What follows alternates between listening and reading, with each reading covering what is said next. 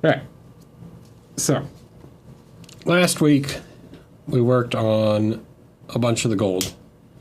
So this week, change things up a little. I think we'll go back to the skin, and we'll work on the rest of the skin, and then probably do all these like little leather straps and stuff.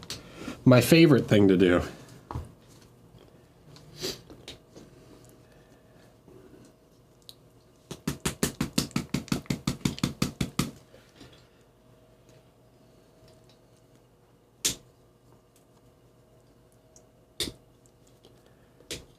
So,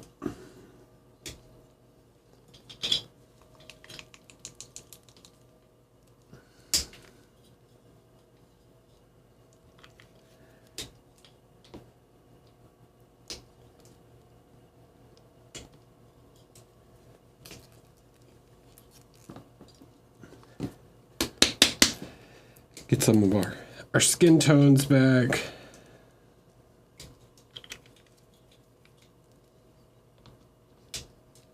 Everybody loves painting straps. They're the best.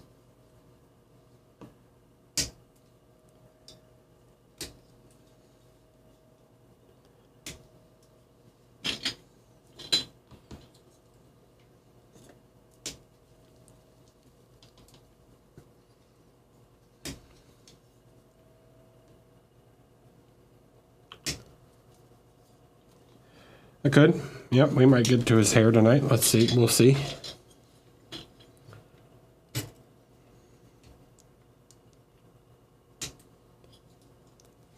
Maybe do his hair. Maybe do, I don't, the trim, whatever the heck you want to call it.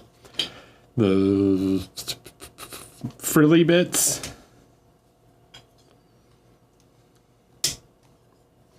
So.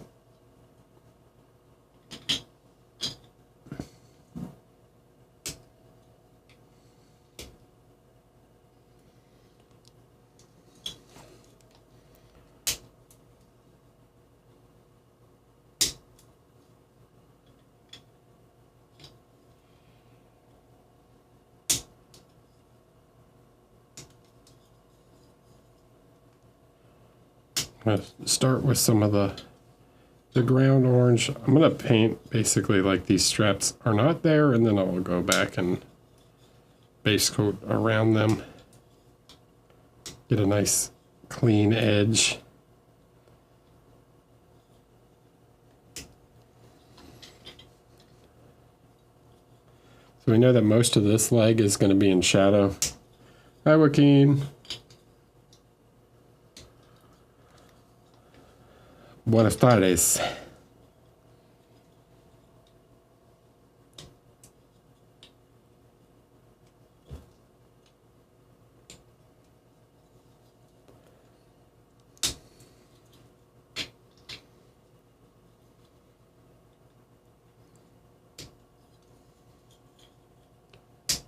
So, right, so this leg's in shadow from the lighting direction that comes like this, so the only light that it's going to get on it is any of the ground reflection, so we just have to highlight that up with orange.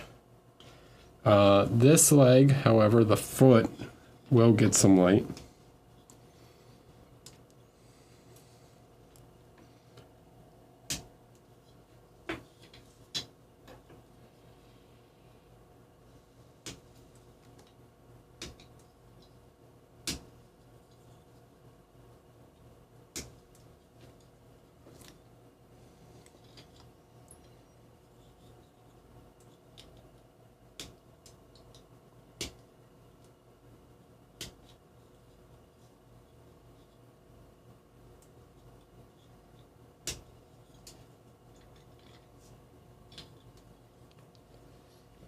Hi, Wendy. Eric, with the back of the shield facing the light, would there be quite a bit of reflective lights on that side, unless you're going to do the back of the shield like it's covered in leather or something? So So actually the back of the shield does not really face the light. It's because he holds it like this. He doesn't hold it like this.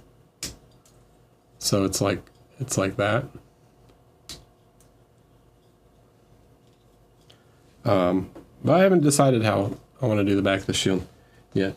I might do a leather texture on the back. I assume they probably covered the back of the shield in some kind of... They didn't just leave it metal. But...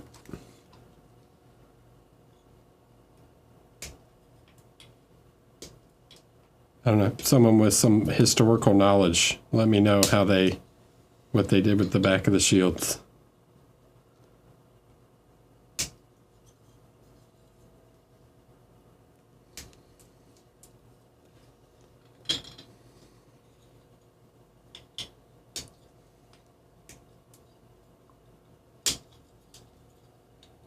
Is it just metal?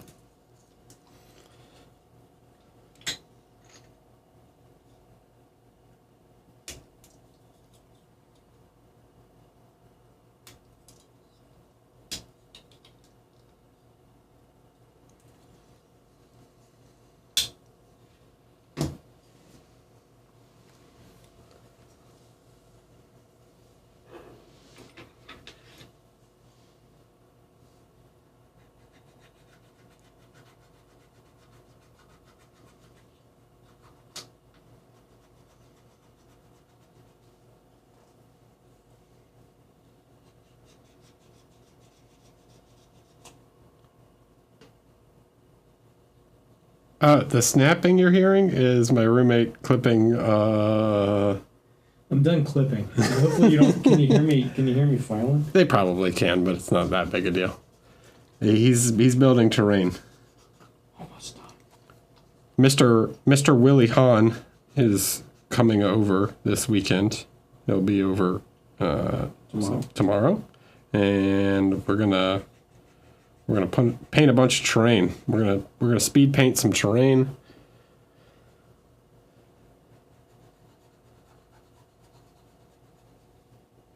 So I didn't know how good your mics were. Yeah, it's picking it up, but it's not. I'm sure it's not that loud. It's bad. I'll go downstairs. No, you're good.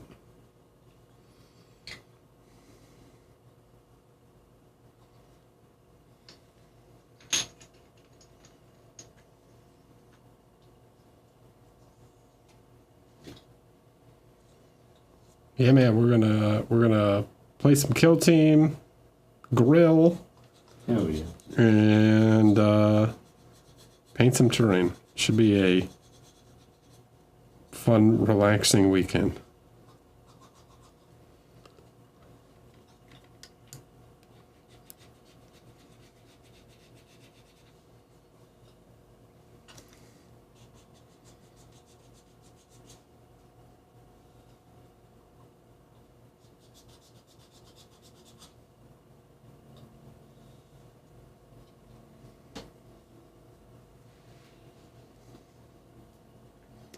Hi, Mike.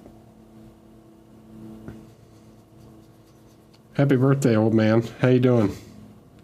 Did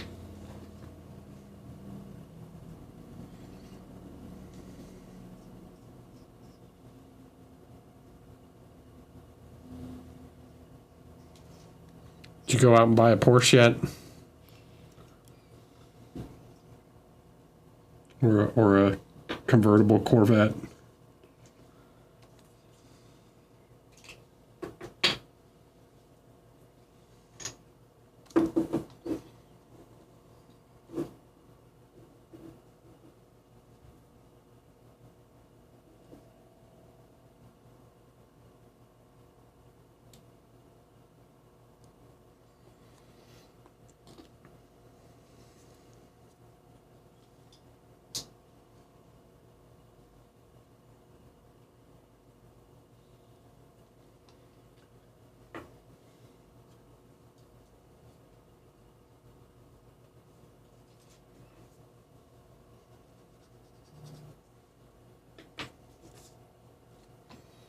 That sounds like a ton of fun.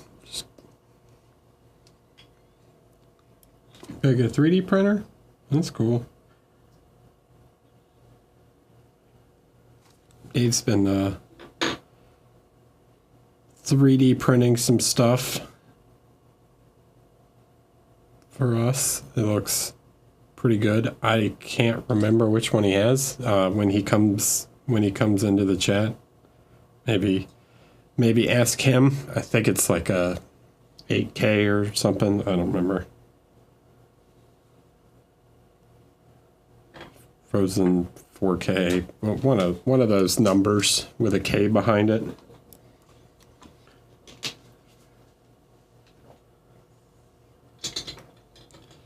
But it looks, the stuff he's done so far looks nice. Here, Pretty smooth, yeah. Yep.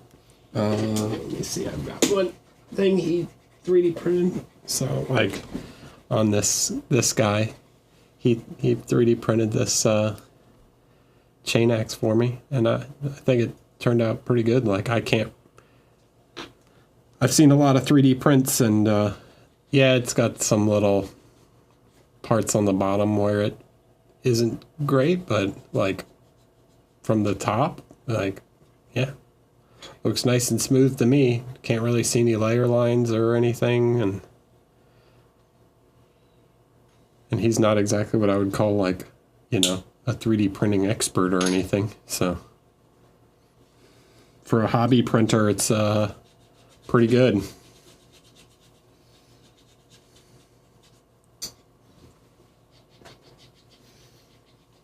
I'll let you know when he comes in chat. You can ask him.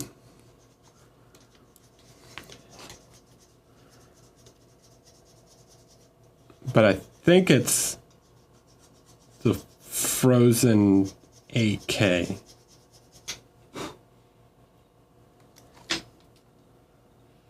Honestly, I think it has a lot more to do with, like, the type of resin you're using and your settings, not more than necessarily the actual 3D printer.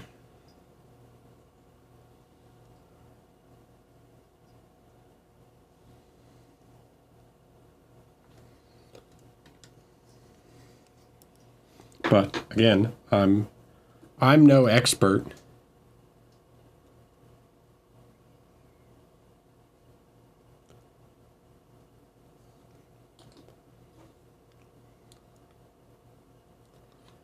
And I will say it's not Ime Molero quality, but it's pretty dang good. Good enough for you know, some hobby bits and things.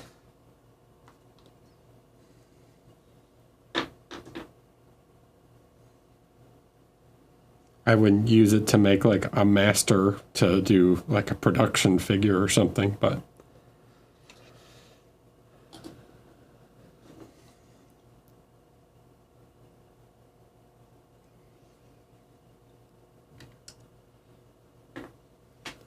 hi, Cthulhu.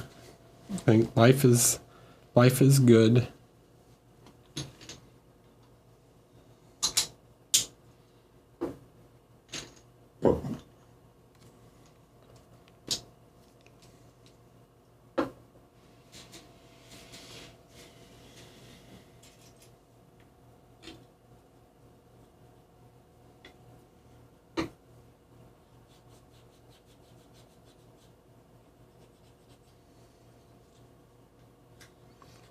Did we pick up anything from the latest KDM sale? Just the one figure. The origin. It's the weird rat samurai lady. The Rat Knight. Mostly just because it had yeah, I didn't pick up any of the busts or anything. I just know now that, like, you got a couple things you could paint. Yeah, I have one of the busts already, and I don't ever know when I'm gonna get to it. It's just one of those things that's like, unless you see one that's like, this is amazing. Now I just kind of pick up stuff with game rules, or if it's a figure I really like. That crazy berserker looking dude from... I like the guy with the giant stone pillar. That guy was cool, and I liked the... There was one recently that was that dude that had like an axe or something, and he was... There was the Barbarian Lucy that was cool. Oh, no, not that one. That one was cool. They made the painter scale one of her too. But yeah, they're unless it's got game rules stuff, I don't. Did we have like so many Yeah. pinups? It's like okay. Yeah, it's kind of ridiculous. Like if I could show you I couldn't show you the box, but I've got a box that's like this big. You know, it's like a full-size moving box that is literally completely full with brown boxes. So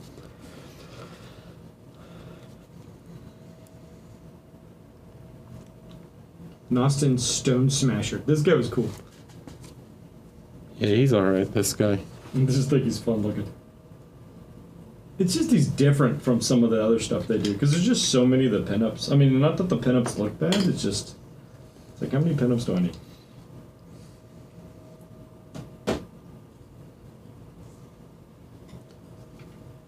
I am excited about the gambler's chest, though. August. I'm not necessarily excited about having to paint the gambler. There's a lot of really good minis in that one that you'll want to paint. Yeah.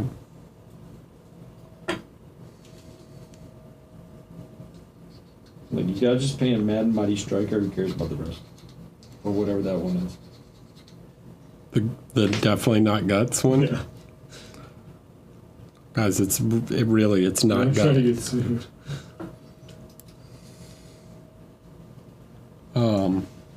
Yeah, there's a lot of cool stuff coming that I'm excited about. Hi, Dan. I think I was talking to Patrick. I forget the name of the sculptor who did the gambler. But he works in the studio with Patrick Masson. Maybe Joaquin will know his name. He works in the studio with Patrick and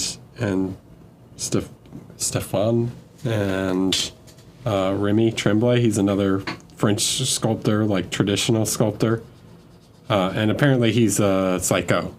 Crazy person.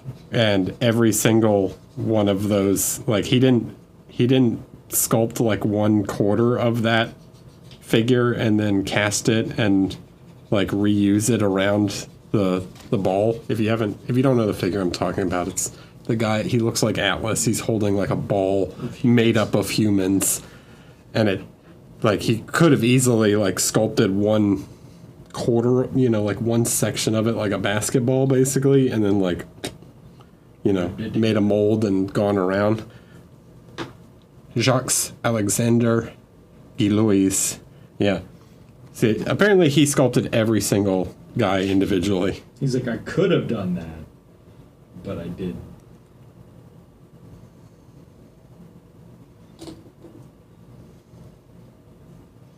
Hi, Mini Matzer.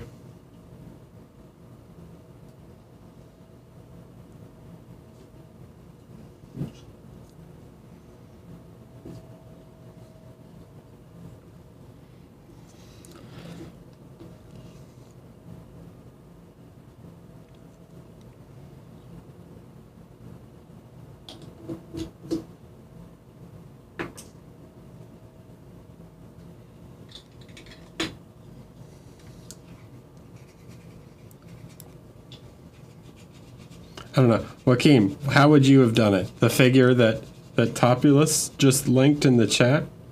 If you were going to sculpt that traditionally, not 3D, would you have made a mold, or would you have sculpted every single figure?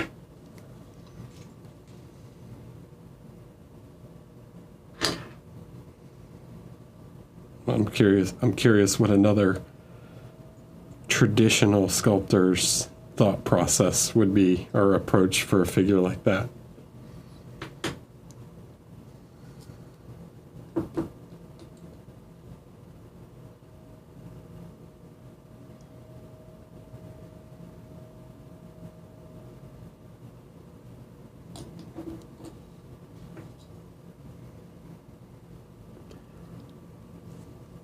Because to me it seems crazy, but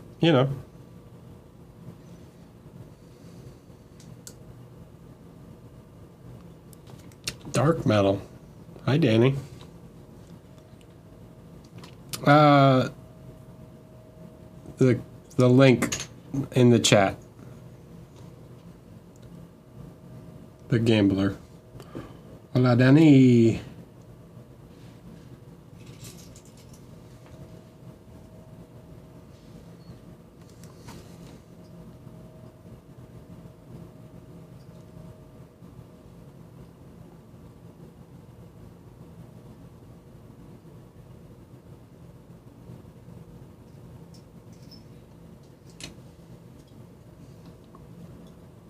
Ian.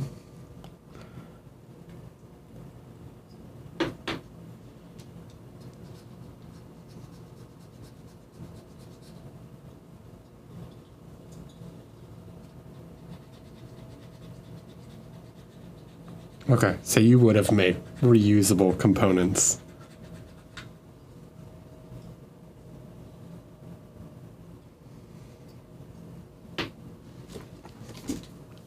Last time I cut it when I was in Madrid.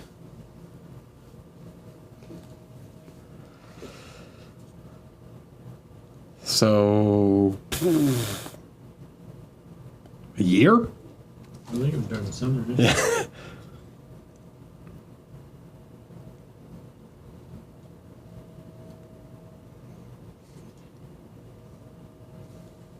A useless wizard.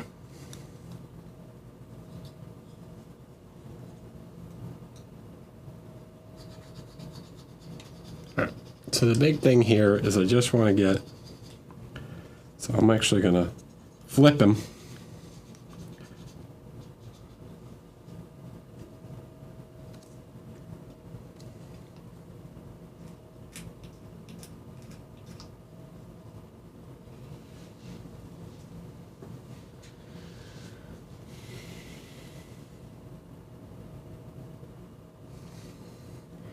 You're new to the part. What model is this? This is Achilles from Epica Tales, which I will link.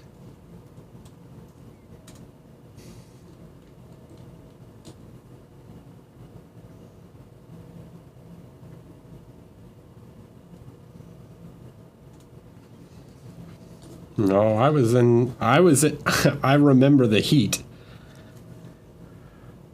Recuerdo el calor. Fue en el viernes. It was in the summer. I think it was July. I think it was right when I got back. So yeah, it was probably end of July or so.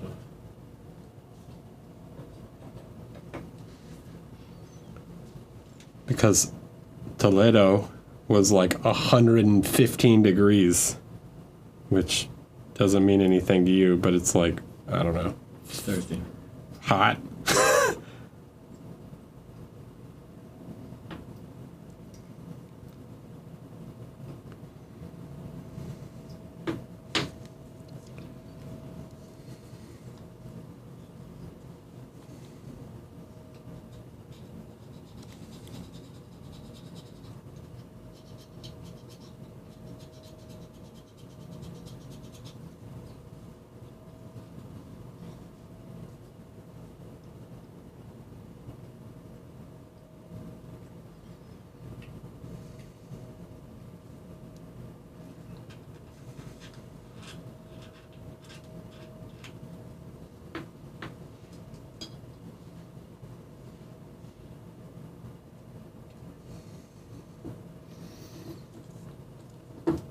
Yeah.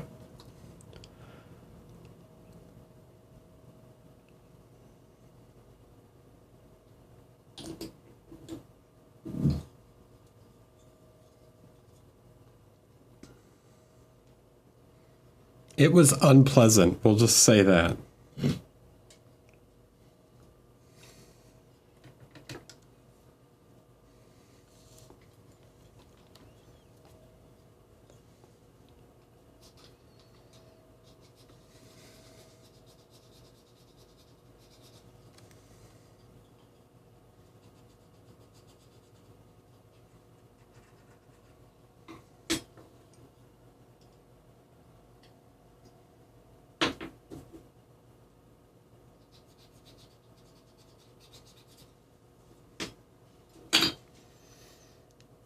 We visited, I'm not trying to, give away where David Aroba lives, but he might have moved anyways.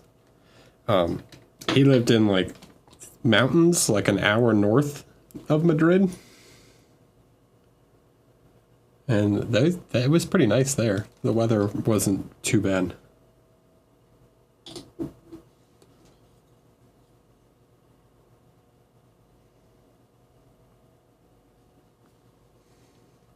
We were in Barcelona for like 3 hours. We had a train from Barcelona to Madrid, and it was hot in Barcelona also.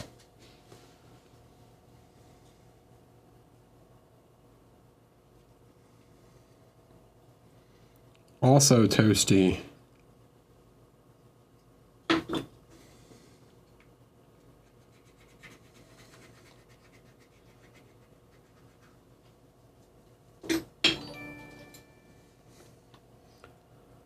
Le Squig, hello, welcome.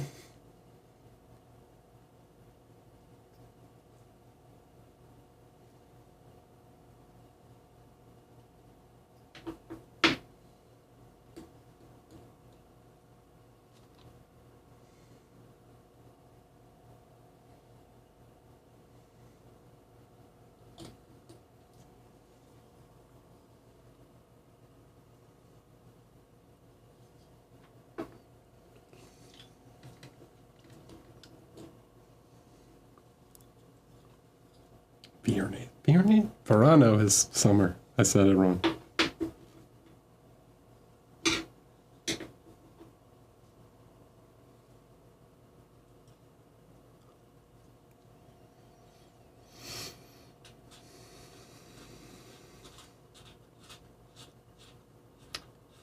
It was hot. It was hot in the summertime, but it wasn't like so bad that you couldn't go out. And it was pretty nice in the evening. It's like I could compare it to like Las Vegas. I think Europe was going through heat waves too, or something. It was. But the like it's like Las Vegas in the summer, right? It's like a dry heat. And then really pleasant in the evening.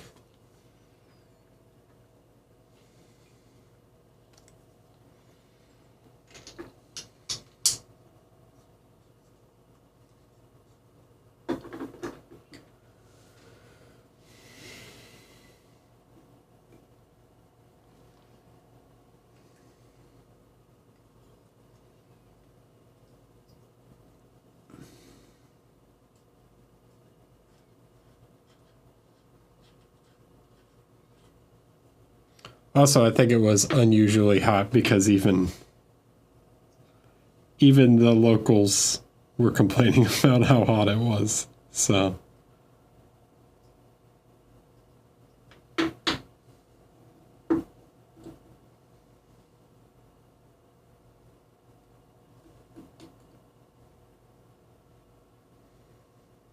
luckily I was in a hotel where they had air conditioning, which is unusual, Not every where has that.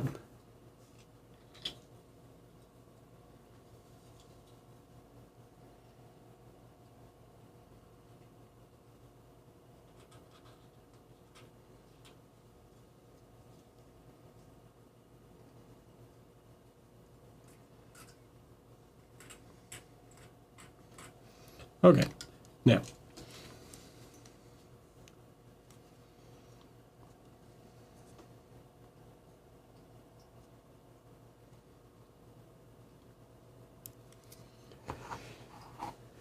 Let's grab, need a black.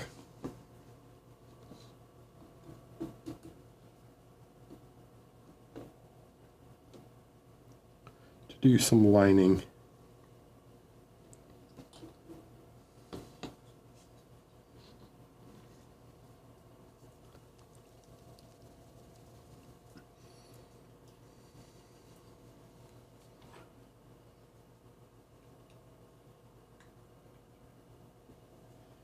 You want to know the colors for the gold? You could check the previous video, but I could go through them real quick. It's basically Cavalry Brown. What is it? The gold 79 from gold 79. Yellow, moon yellow. Amarilla lunar. And then I'm using a greenish, like a camo green for the colder tones. And I'm sure there's a orange in there also. Yeah, or there's orange because for the like lower reflections. And black.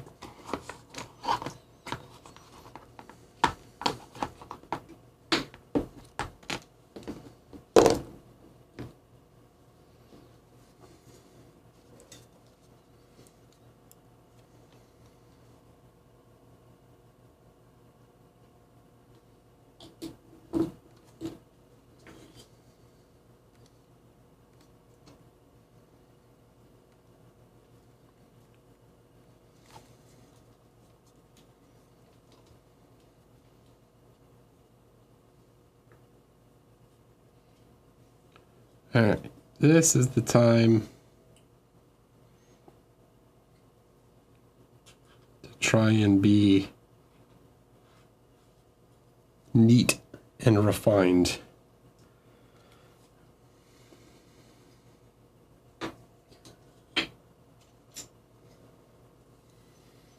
Because we don't want to mess up the work we've done on the skin.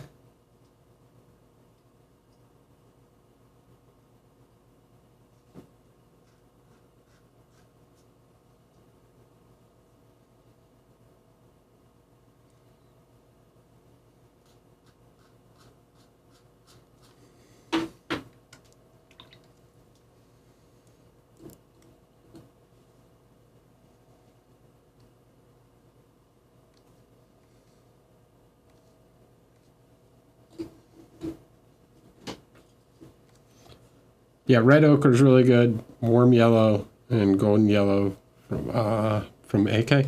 Yeah, red ochre is or red oxide, which is what I assume you meant. Red oxide is my favorite color from Chimera, but I've run out because I used it so much.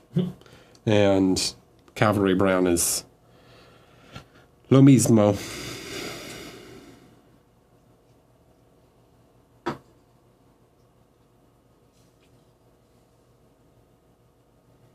Same.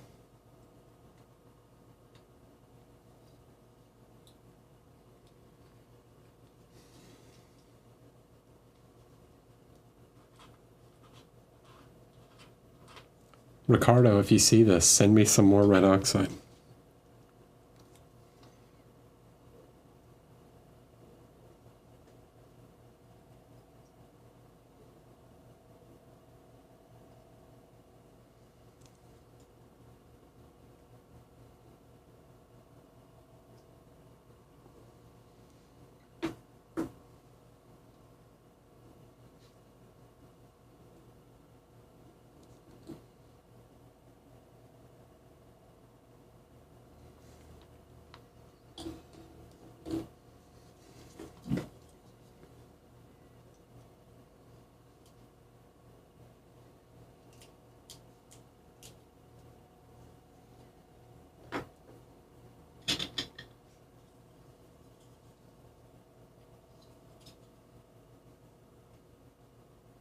Do you guys have a favorite color from the Chimera set?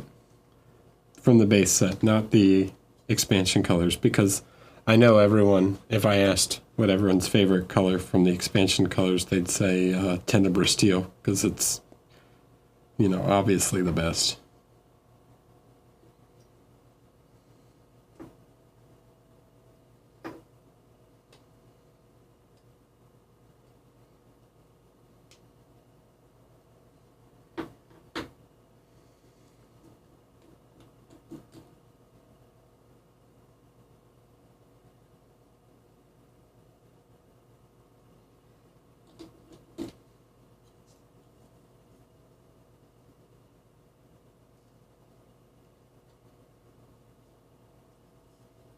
You've been busy, man. You've been painting a lot of models.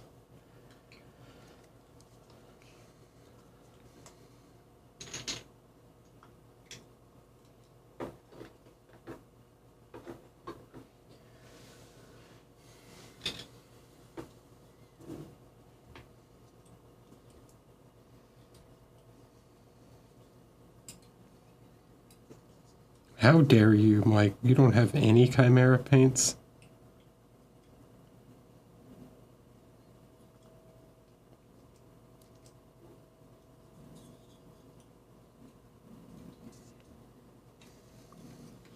What are you even doing?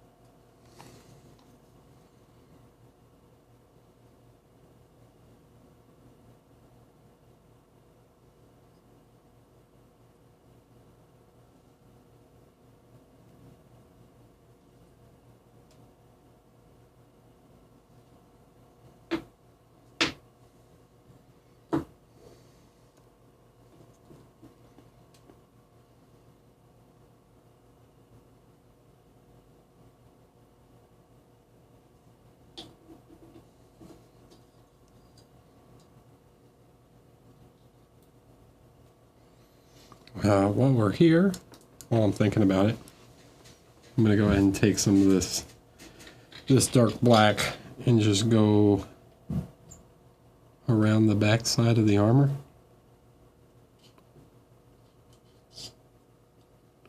I want to get a nice sharp dark line to separate the two.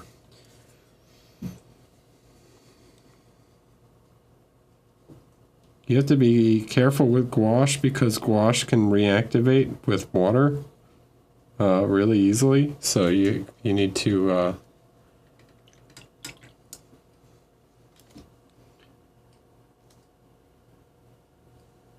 seal it basically.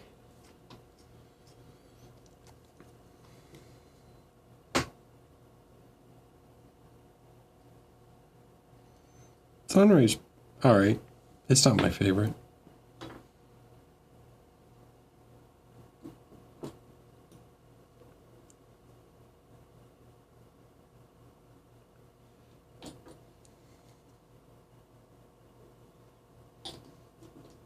Actually, if I were to say which one I probably use the most often, it would be silver gray. I like this one a lot.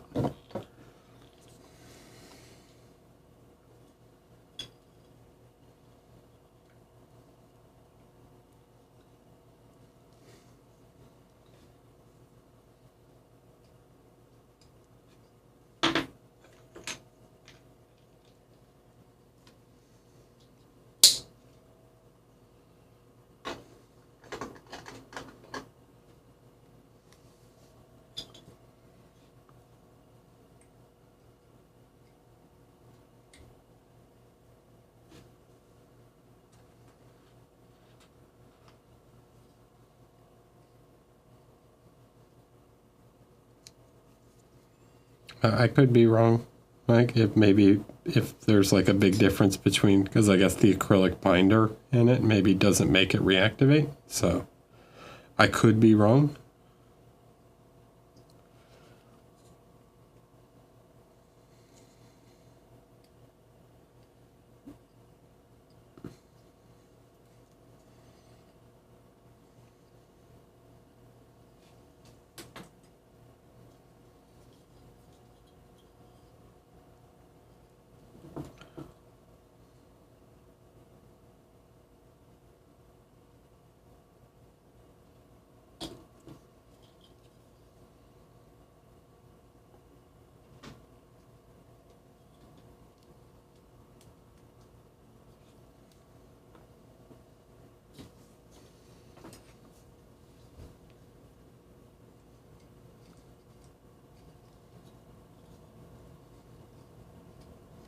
The masculine set does look pretty interesting.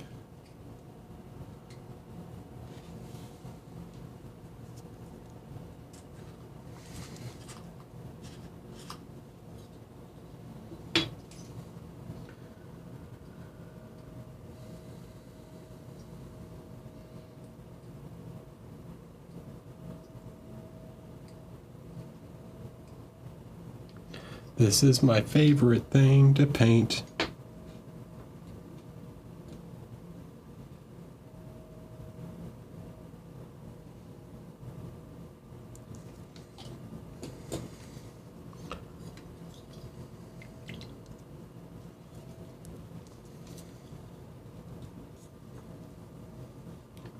Eso es sarcasmo.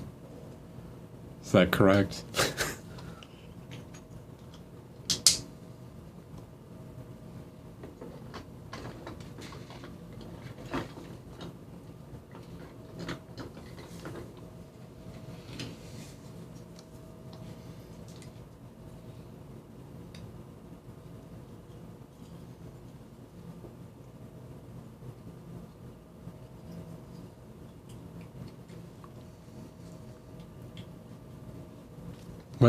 How do I say it then?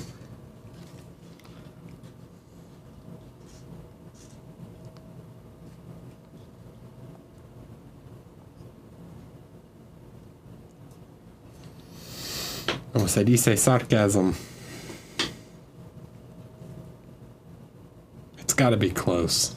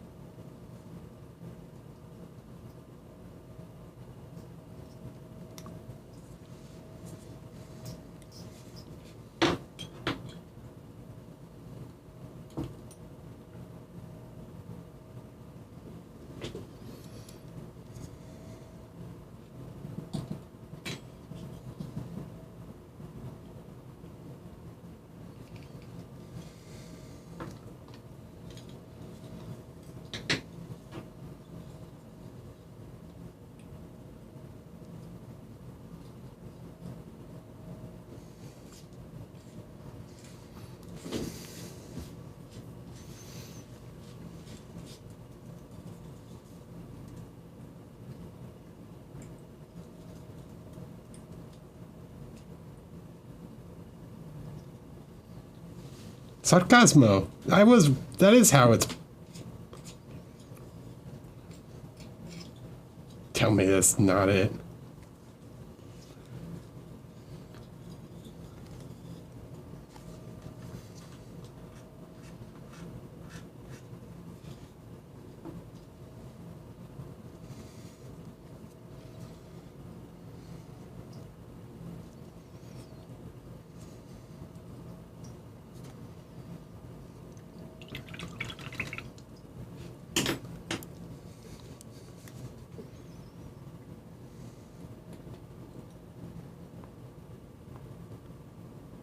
El sarcasmo or la sorna.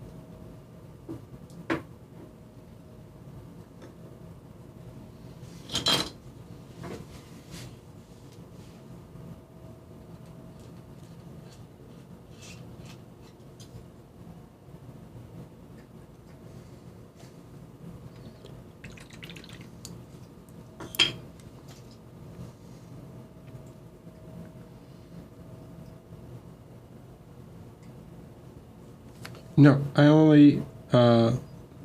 only stream on Wednesdays.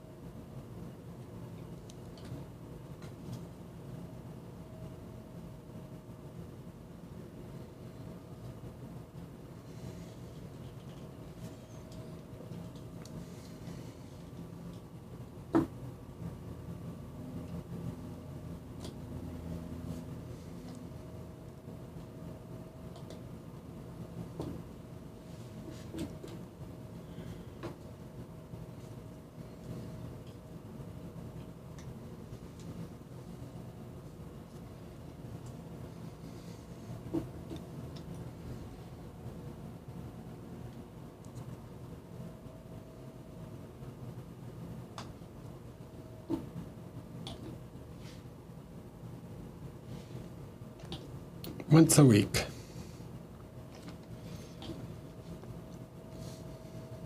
Adios. Ciao.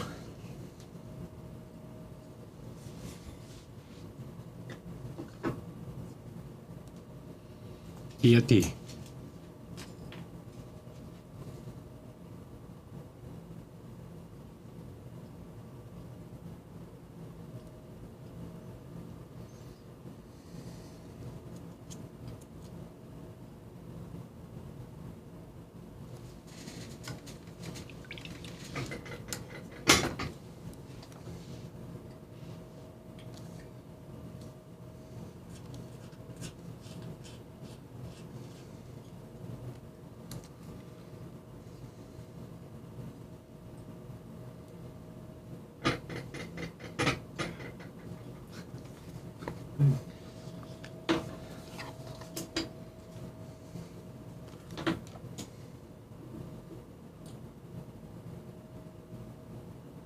The little crossbar. Yeah, it's the belt that was like, all right.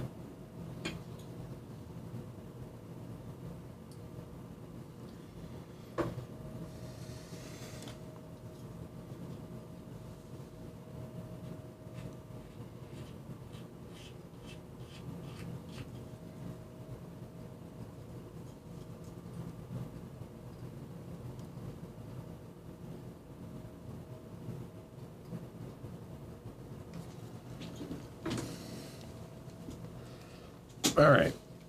It's starting to get there.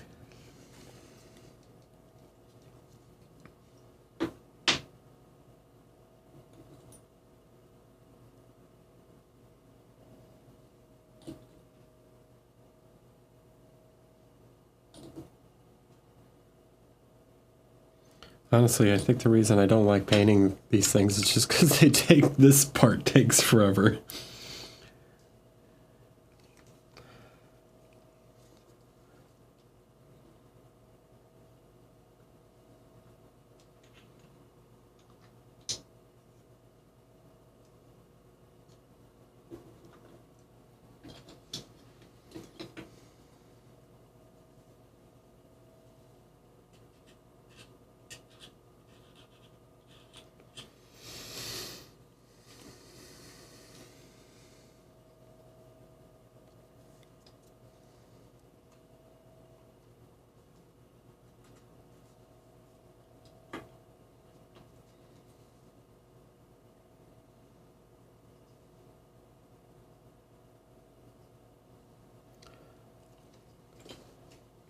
Yeah, any kind of leather straps like this, just there's no fast way. It doesn't matter how fast of a painter you are.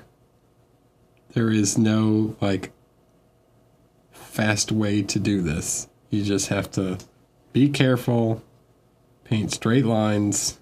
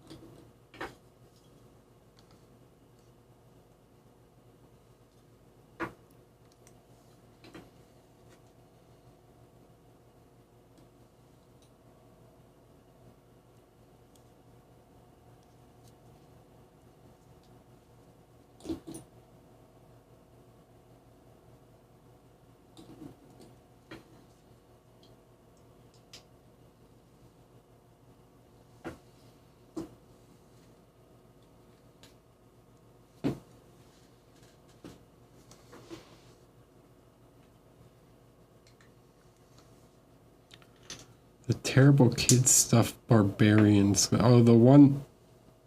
Did,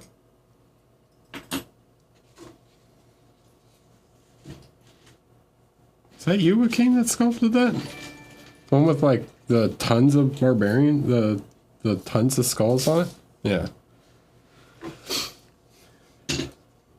Thanks, PhD ADD for the prime. Appreciate it. Why you make all these annoying figures? We love them, but they're so annoying.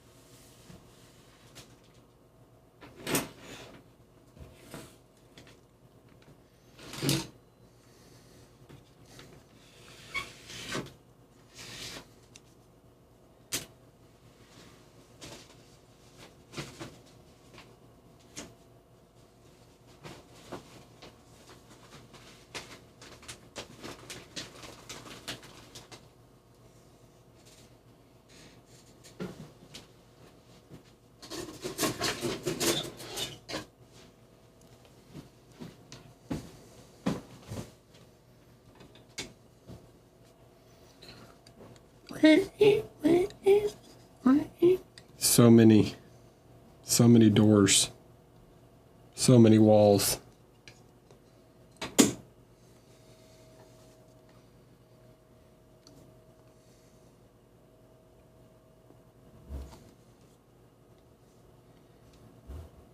Dude, you have to make sound effects.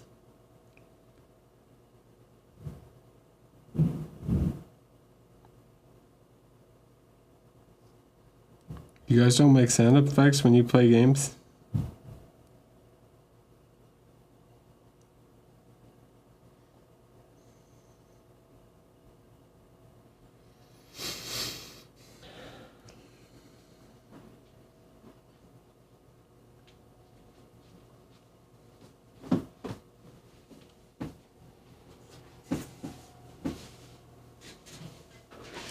Honestly,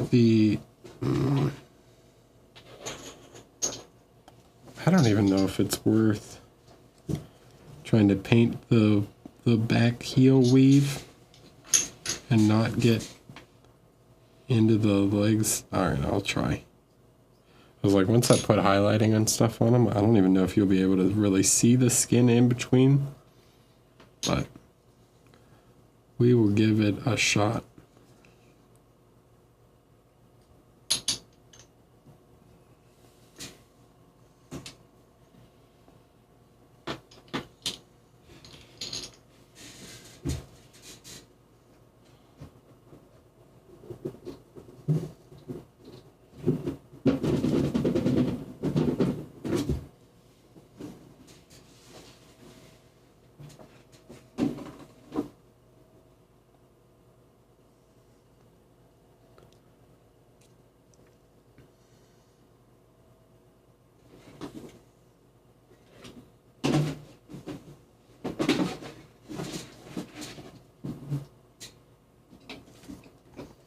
Yeah, dude.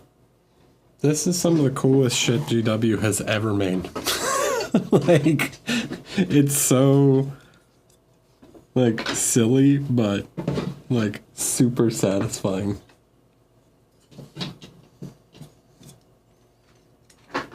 You missed one.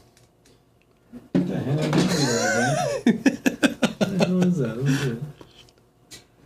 Did I just not do the whole time with that thing? Yeah.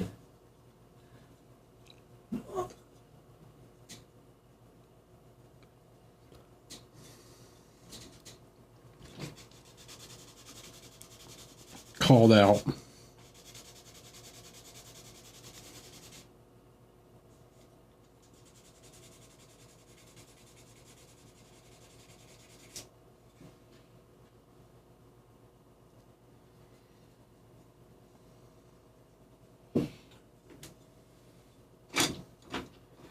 All right, straps. I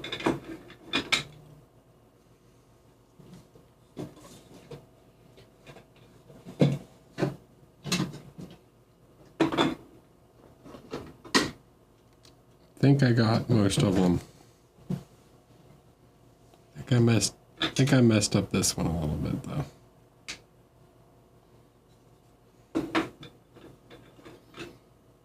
I definitely did. That's okay. It's easy enough to fix that big dot in the middle.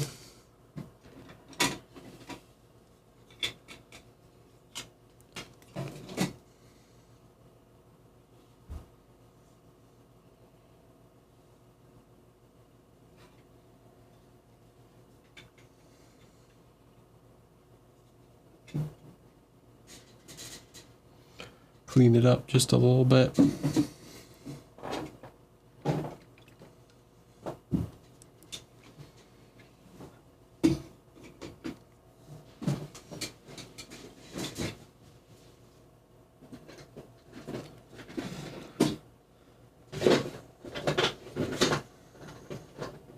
All right. While I'm doing this, I'm going to go ahead and just take some of this the cavalry brown, mix it with some black, and kind of make it into like a wash. Because I'm going to have to repaint basically this whole greave anyways. But by doing a wash like this and really darkening it down, it's going to give me a better starting point, since I like to work up to the light on metallic.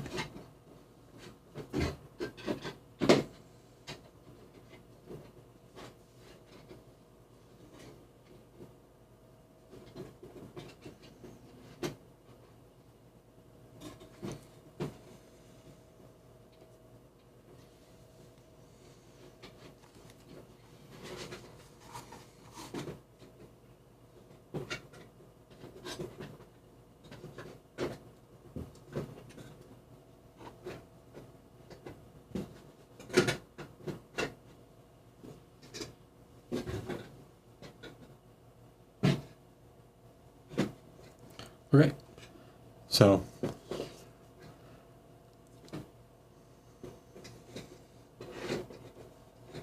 something like that. Let's go ahead and wash. Let's go ahead and define his sword also.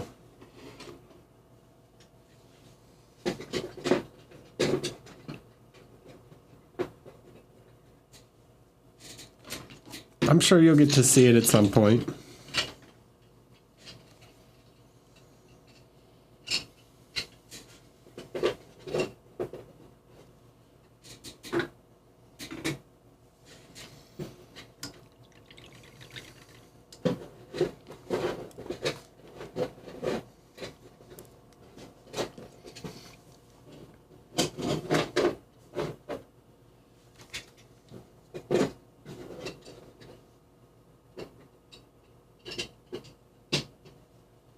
I don't know. Well, we need to see if our mutual friend wants it, because I've already had one person offer to buy it.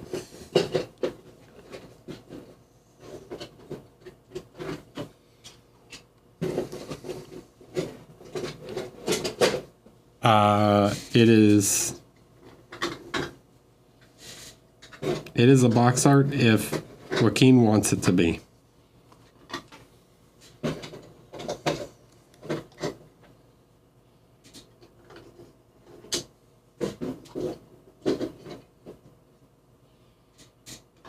You know, if it's good enough, he can use pictures on his website. I don't mind.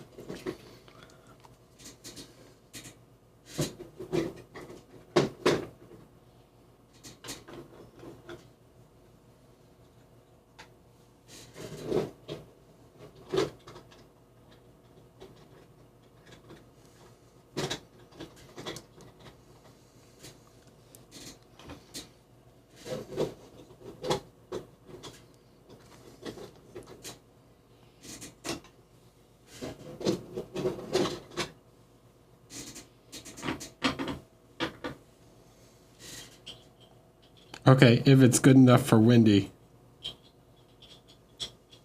She's the boss anyways, right? In all matters.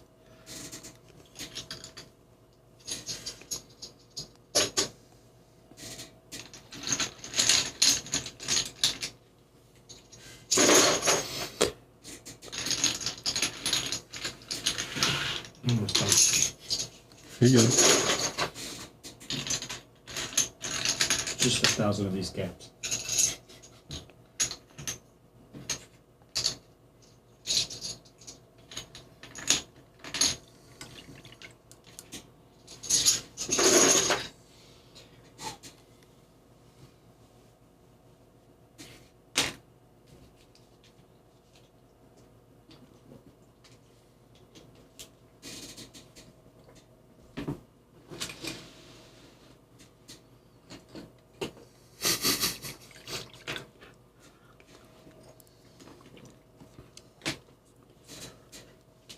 Okay, so we've got everything basically base coated now, separated,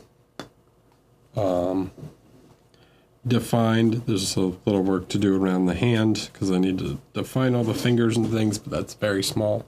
But everything is now separated into its elements. So now we can start to detail some more stuff, like the straps and other areas, work on a few more small parts. And we'll get all that figured out.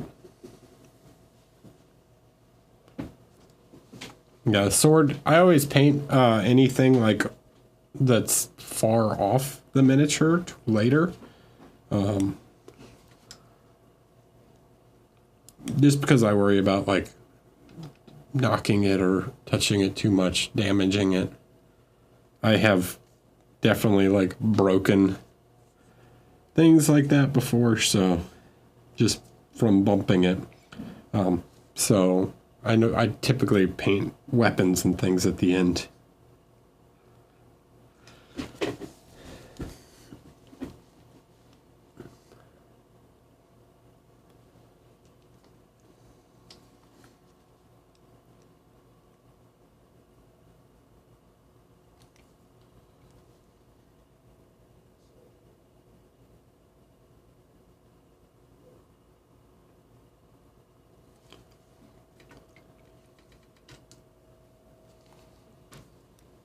Okay, I'm gonna take a quick break, and then when I come back, I'll start to detail some of the little straps and things. Cool.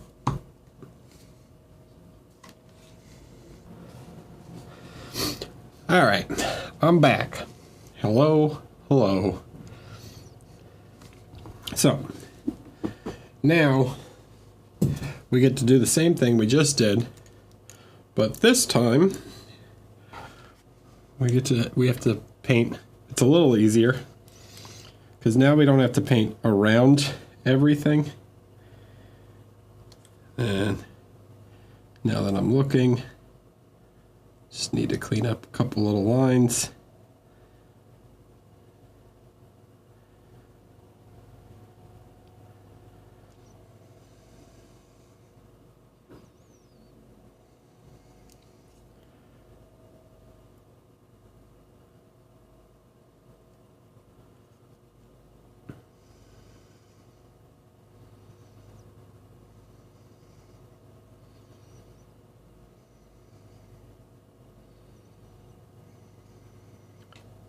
Okay, make sure everything's nice and defined. So, right, so did essentially what's like dark lining.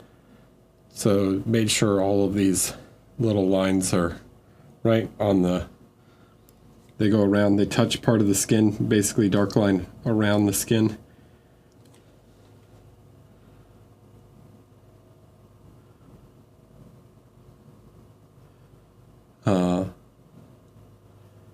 And now,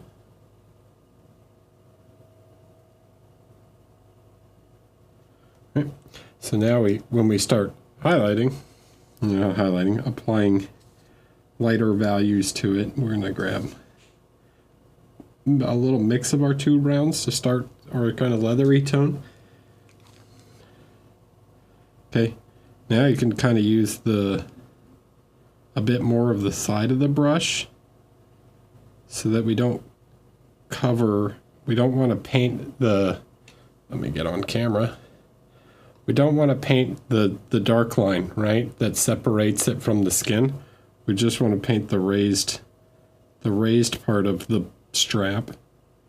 So using the side of the brush, right, it's almost like edge highlighting, but I'm doing the whole strap at once. That way I don't touch the darker parts that are in the recesses, right?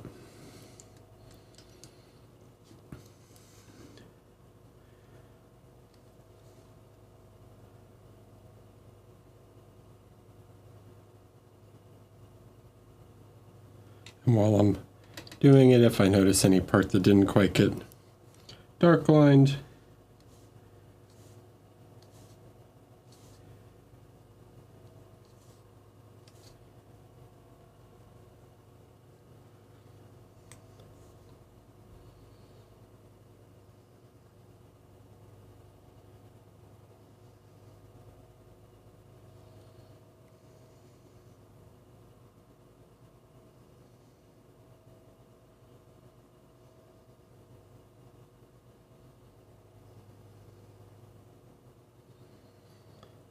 I don't want it to be too fluid here. If it's too fluid, I run the risk of the paint like flowing into those dark recesses. So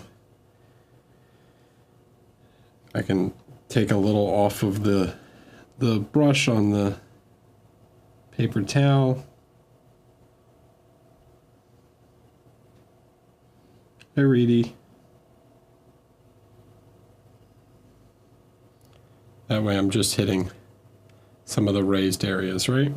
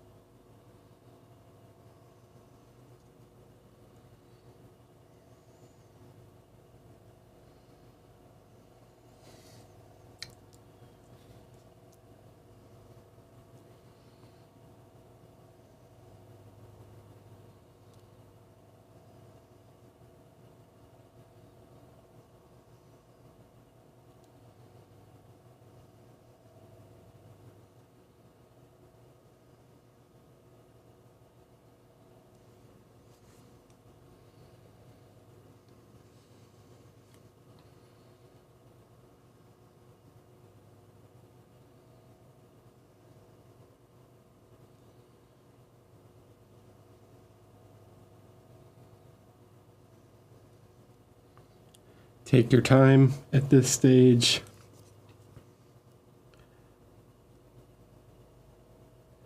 And sometimes I have to switch to doing it the other way just because of the angle might be difficult.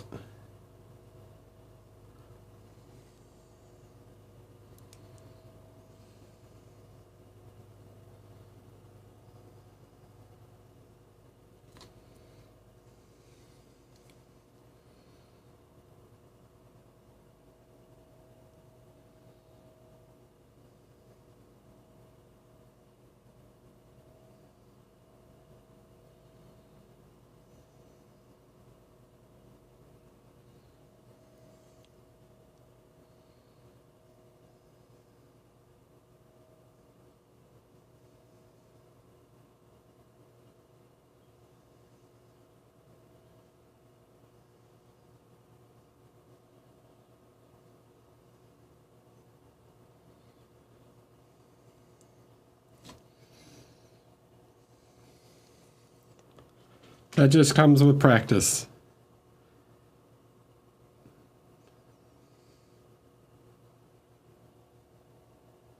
I say that, but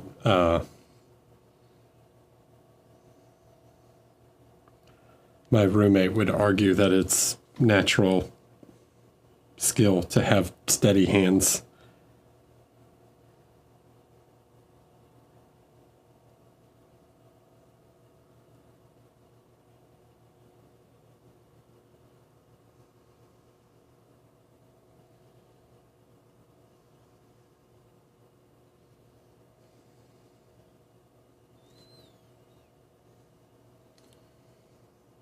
I will say that, like, using your fingers, right, to brace definitely helps. So, like, when I'm painting, right, I use my pinky to help brace so I get as many points of contact as I can. So I'm using these 3 fingers to paint, and I can use the other ones to help steady, right?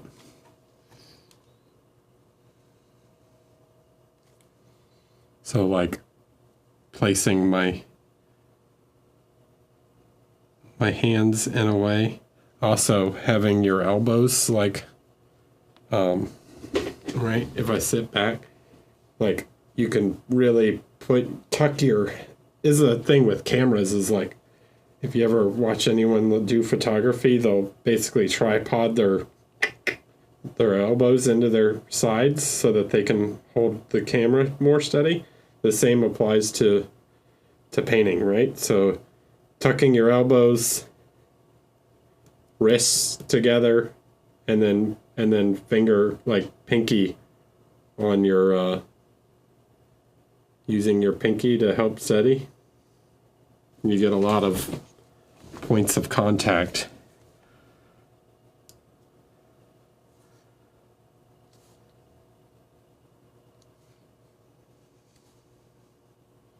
You can breathe.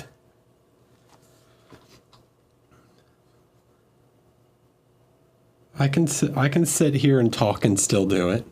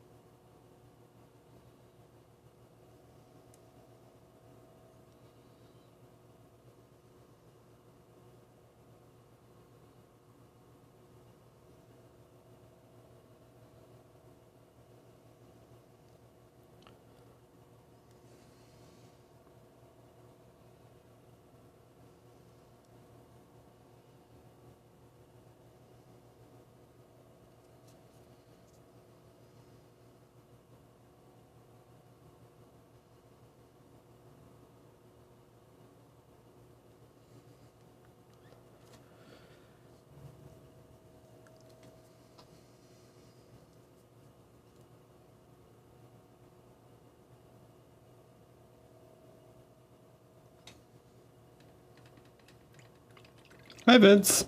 How you doing?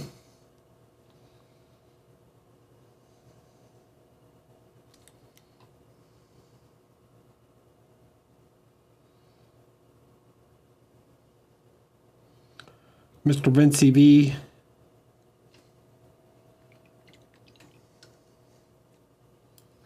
What you been up to? I've seen you. I'm good. Saw you've been painting some Leviathan.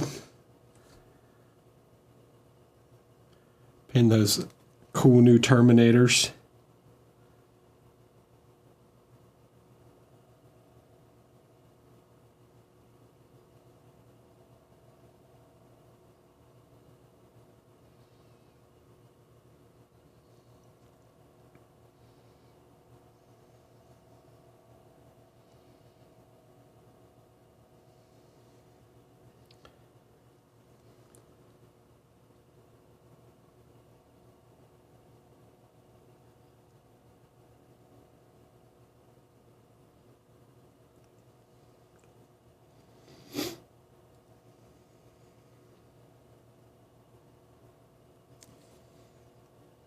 Sweet, man.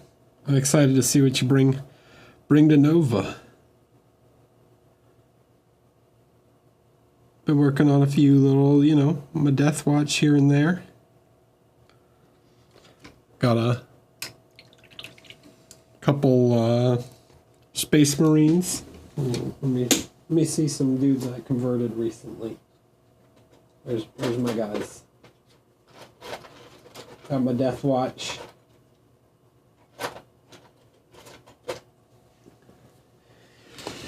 Got my Death Watch, guys. So I made this guy. This is my Carcharodon, my Space Shark.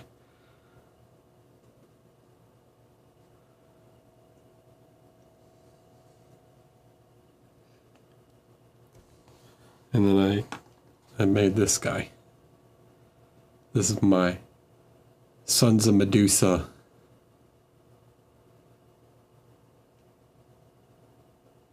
With his kit bashed bionic leg. I'm somewhat of a sculptor myself.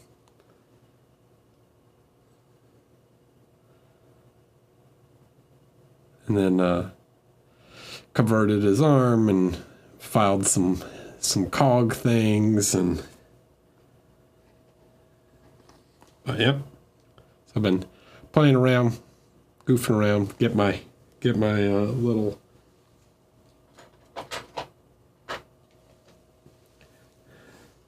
little Space Marines made.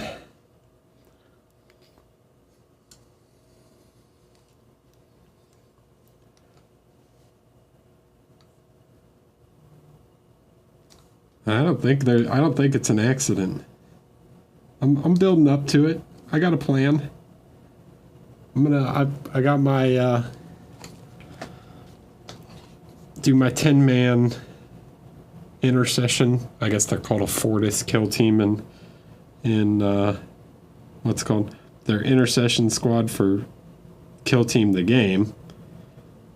But if you make 10 of them, you can play them as a unit in 40k or boarding actions more specifically, which is what we're planned to play. And then I'm going to do a Phobos kill team, which will then be another squad. And then I paint like a librarian and an apothecary, because apothecaries are one of my favorite. I just think they look cool. Space medics. And yeah, man, I got a boarding actions list.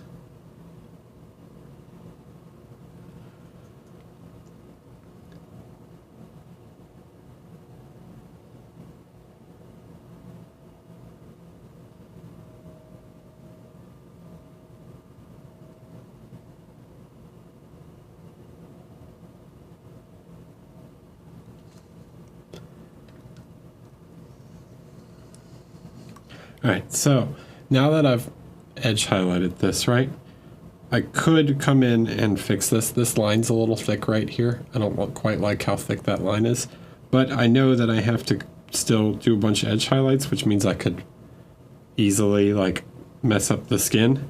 So what I'll do is I'll finish doing all the lights on the leather, and then anywhere where I need to come in and make some tighter lines, tighter dark lines, I'll clean up the skin afterwards.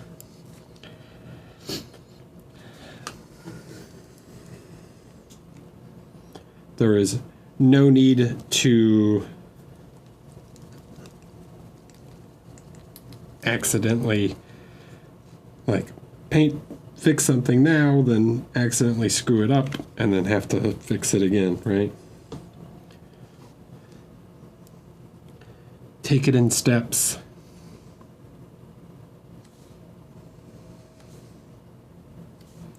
Okay, so same mixture, right? Now I add a little leather brown to lighten it up. Maybe a little more leather brown. I don't need to do this in a ton of steps.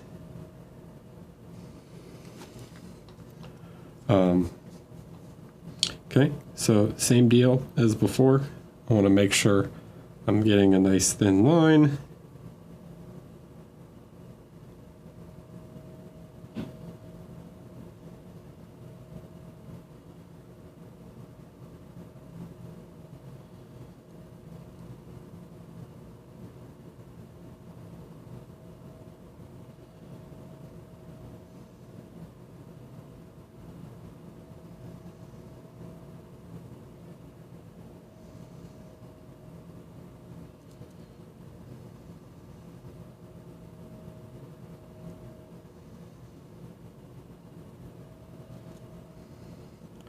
Right, like on the sandals here, I know that this whole area is going to get way more light than on the back of his leg.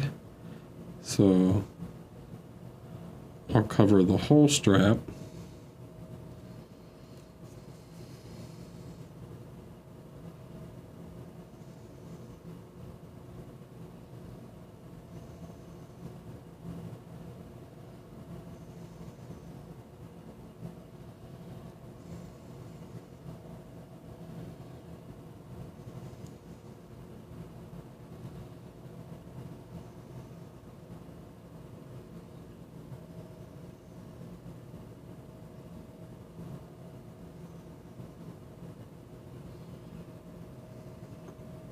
A 1. I never use the... I don't really like really tiny, like any 00, 000, anything like that. I tend to use more slightly larger brushes. The point matters more than the size.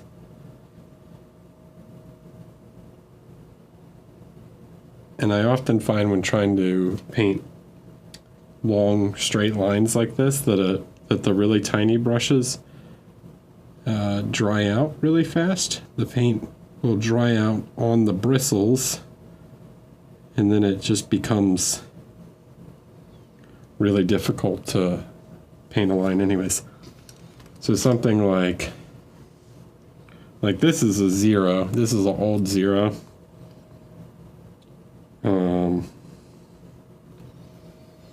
But you know, you could go down to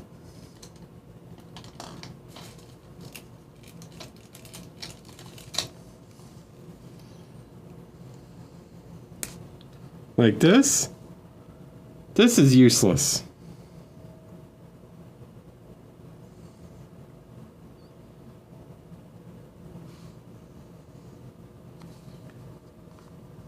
By the time you get paint on it and then go to put it on the model, it dries by the time you go to put it on the model.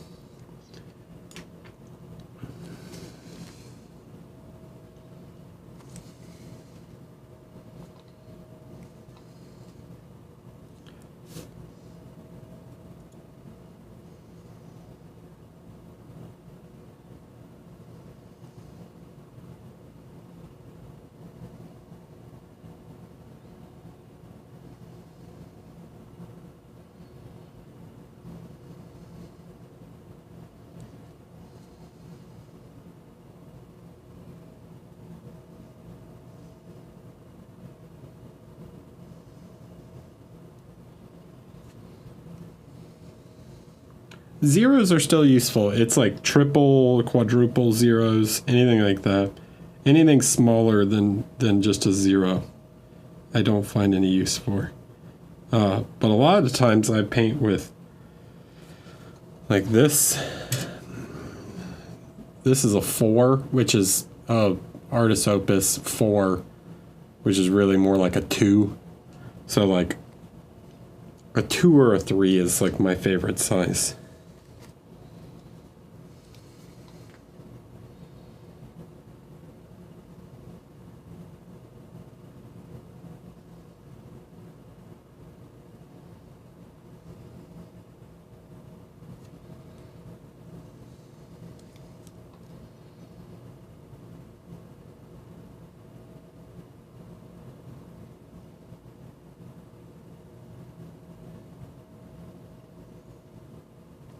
Yeah, the shape of the brush is in my opinion, more important than the size.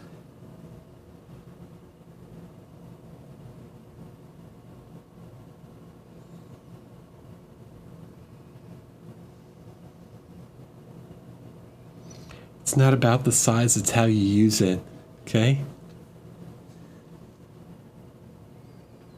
That was too easy of a joke, sorry.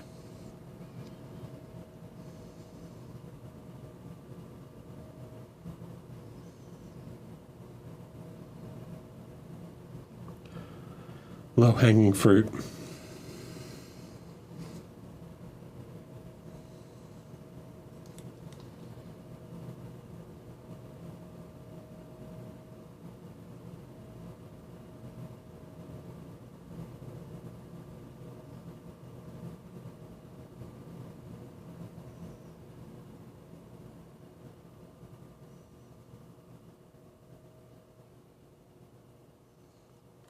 All right, so you can see here. So now that I get into some of these more shadowed areas, I'm more interested in just painting a line on the top, right? So I want to get a line on the top of it.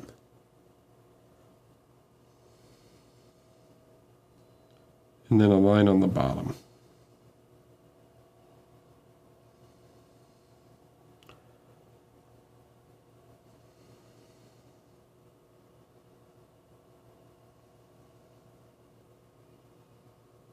And then I can paint a few little cross hatches. This is probably like impossible to see.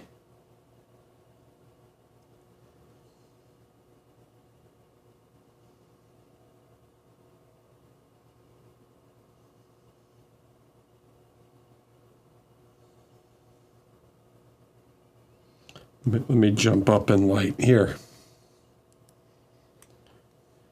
So we'll take some of the sunny skin tone and some of the leather brown.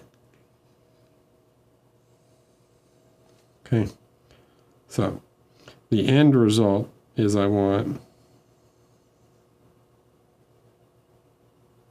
this line, this thin line that runs across the top of the strap.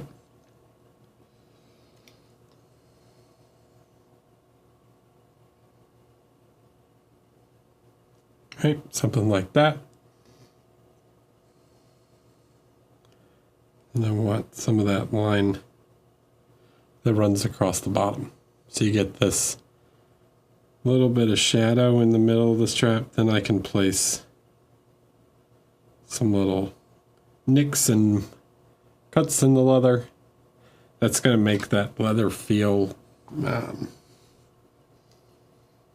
like stretched, right? So when something's like got tension on it, when you pull something really tight, right?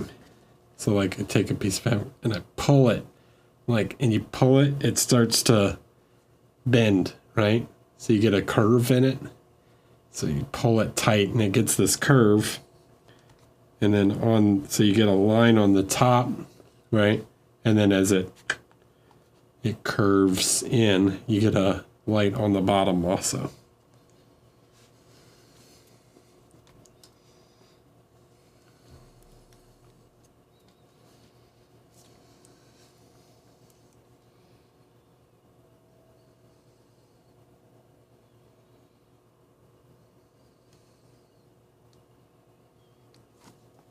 And it's all very easy.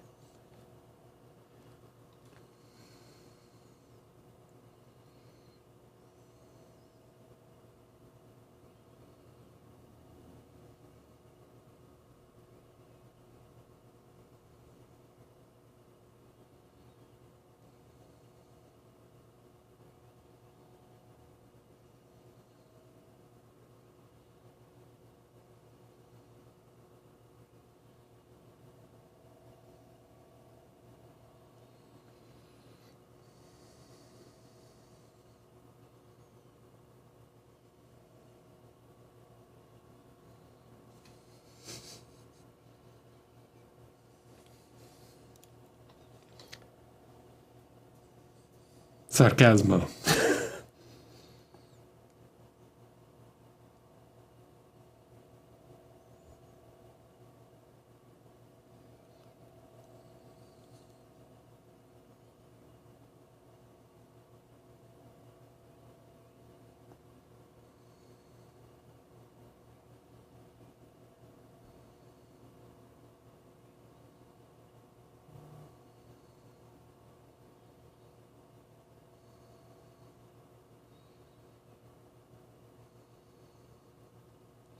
I understand that this is not easy. Requires a great amount of precision and brush control.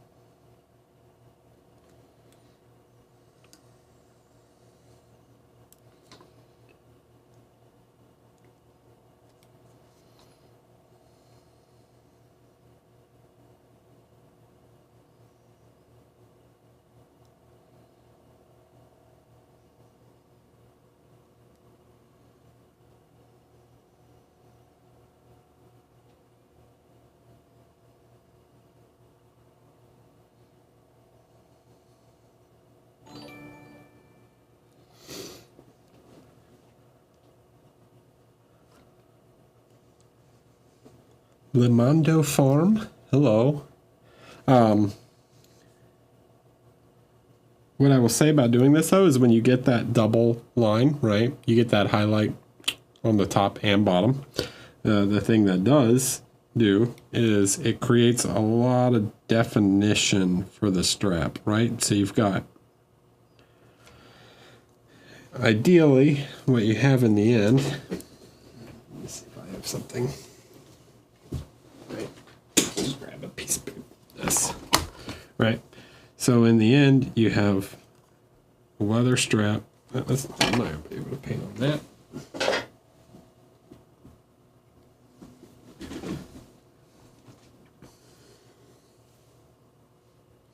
I know I have no paper around.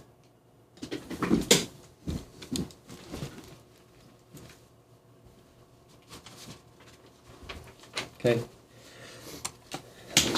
Right. Okay. So the goal that we want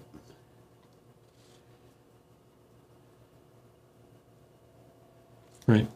You got your skin tone. Sure.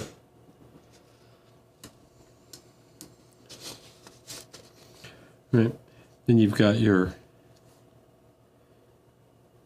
leather strap that goes across the middle,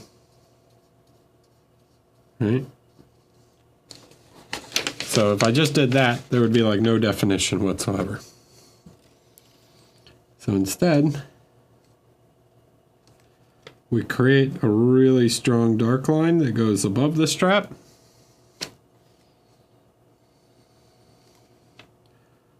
We create a dark line that goes below the strap. Now that's already helped define that leather strap, right?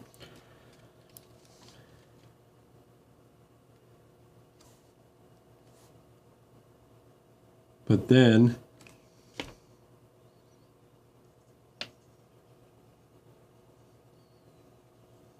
by putting a light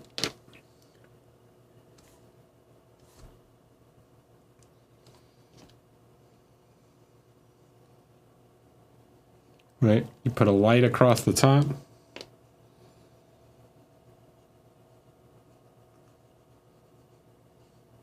and a light across the bottom, and then you put your little textury bits in it. You create a really strong definition by having base tone, dark, light, or mid-tone, dark and light, mid-tone, light and dark, mid-tone, right? So these help define it, right?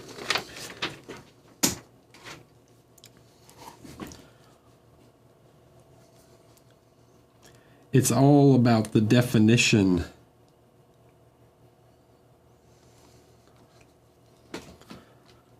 La definición.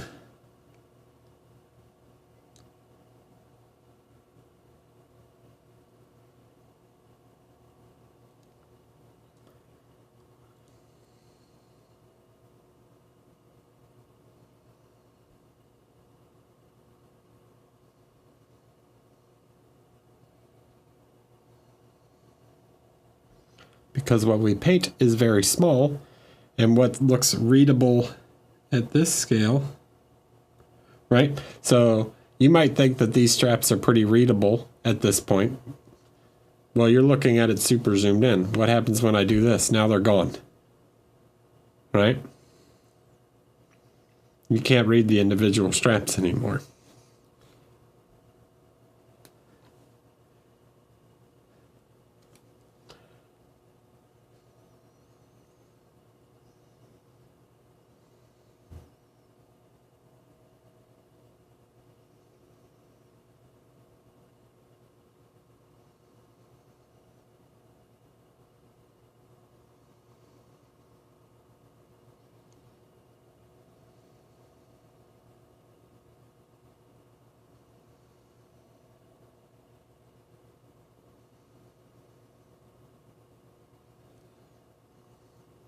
But if I do this,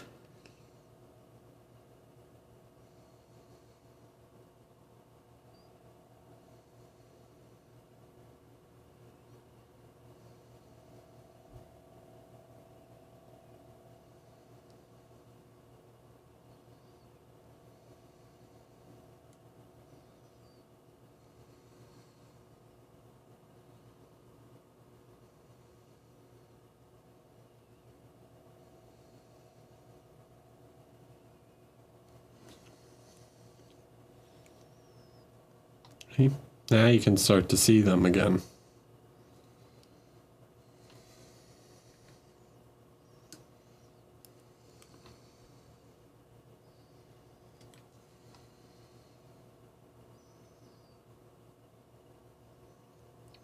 Sometimes I might have to come in and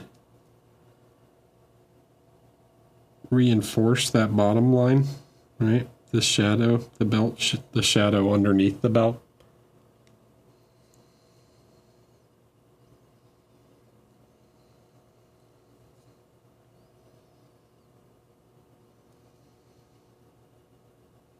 And anywhere where the belt overlaps with itself.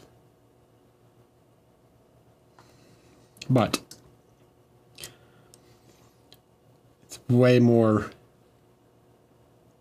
defined than if I just had the other one. Monkey Snacks. Hello, thanks for following. I missed Pato Jimenez.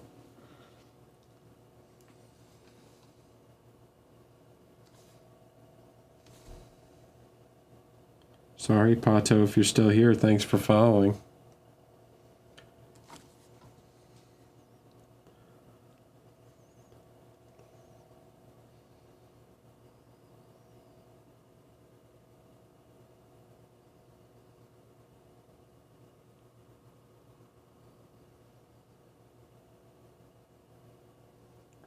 One thing I want you to notice is I do this kind of motion, right? When I'm doing this little motion, I'm trying to like, and this will help everyone paint smaller lines, is when I'm doing this, I'm like doing the motion where I want to place the brush stroke, and then I just slowly creep my hand towards the figure. So I'm doing the motion, right? Until the brush just barely grazes the surface. And that'll help you paint like really thin lines.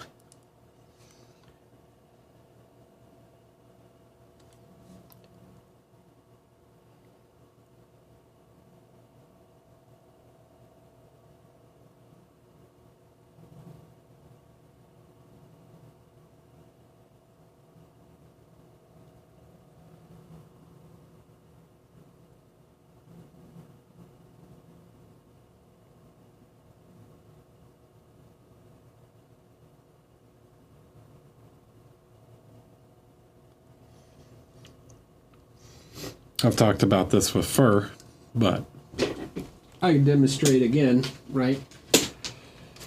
So, same thing when I'm painting fur, right? I'm creating this kind of this circular brushstroke shape, right? Yes, it looks like I'm just going up and down when I'm going like this, right? Up and down. But if you look in 3D, when I'm doing it, and I'll do it slower, it's like this, right?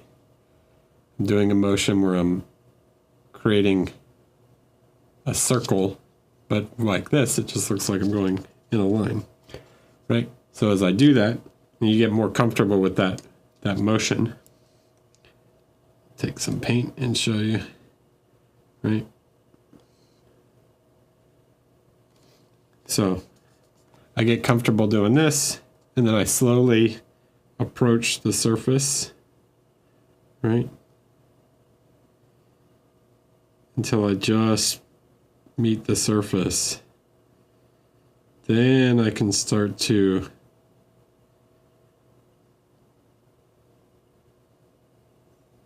paint like hundreds of little super thin lines. Right? Instead of going like this and trying to like find the surface. So if you just find the surface and then paint a line, right, you're gonna get a thick line. Where if you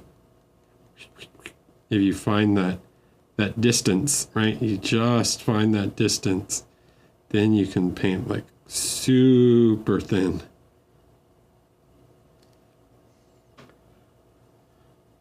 Instead of and then pulling. No, we want, right? And that's just the thing you become more comfortable with, and you start to get a feel for that distance, and then you can get used to that shape and that rhythm, and you can start to paint like hundreds and hundreds of little hashes and really start doing some quick texturing. Right? But the same concept applies to painting just a thin straight line. TBI Hobbies. Hello. Thanks for following. Does that make sense, guys? I feel like I'm teaching a painting class right now.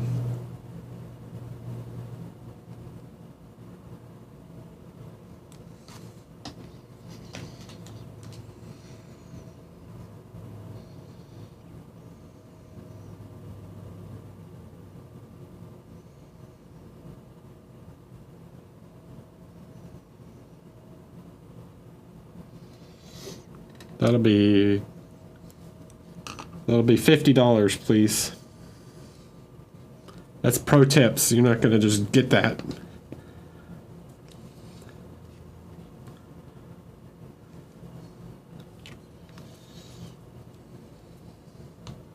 Thanks, Vince.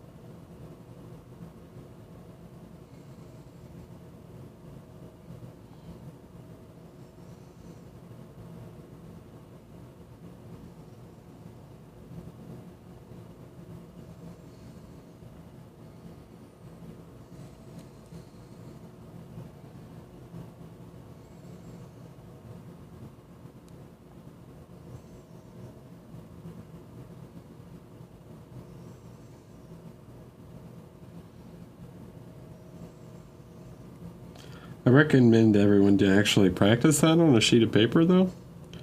It definitely will help in painting like fur or canvas texture. Try doing. I keep talking about this technique. So if you wanted to do canvas, okay. Go back to the sheet of paper real quick. All right, so if you wanted to do like a canvas texture, right? You could go like this. Right, let me get it. Let me make sure I'm getting thin lines first. If the brush is too overloaded, you won't paint nice thin lines. Right, so if you're doing canvas, you can go ba ba ba ba ba. You can go across this way, right? I mean, you can turn the figure.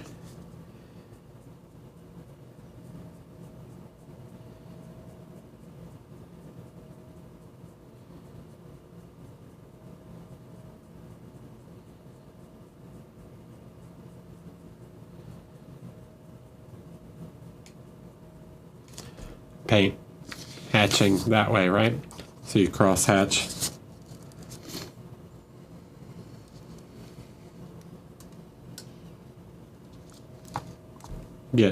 And let me for scale, right? Let's zoom out and see how tiny those lines are, right?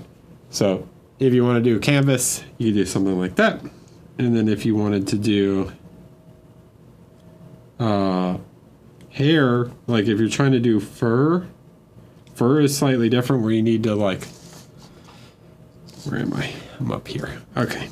Fur is slightly different where you don't just want perfectly parallel lines. You want to be able to need something a little more fluid.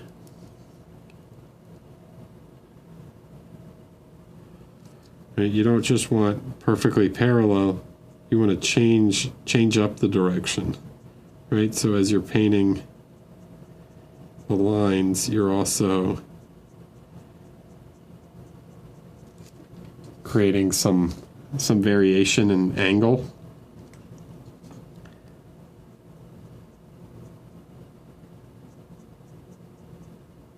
You can also, if you get like, say like the tip forks a little bit, I'll try and like introduce a actual fork, right? So now I've got like an actual fork in the brush. You guys can see that. Yeah, if you can get that, like a shitty brush is actually sometimes great for this, because then instead of painting one line at a time, Look at that. You're painting 2 lines at a time.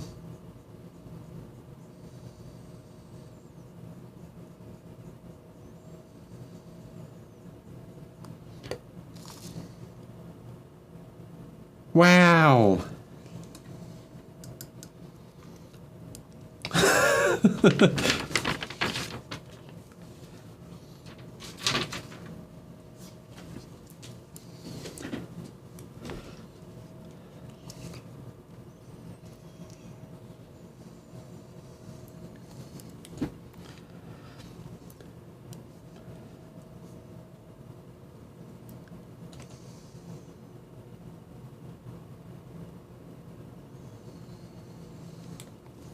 I never throw away brushes.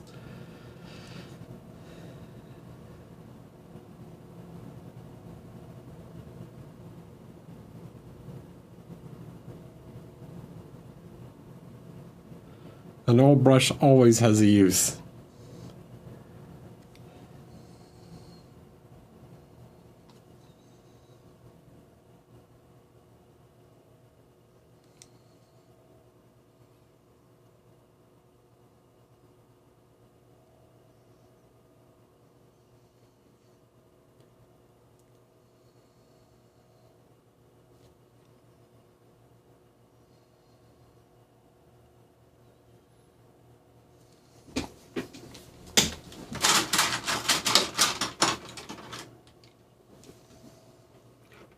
These are all just crappy old brushes that I could just grab for whatever purpose I need.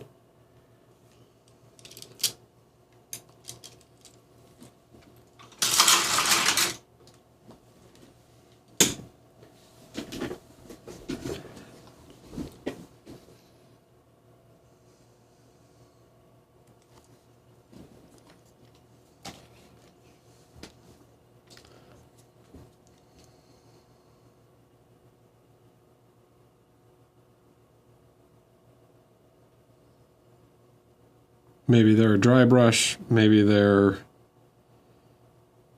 used to paint like flock or something. Maybe I can use them to apply glue or texture paint.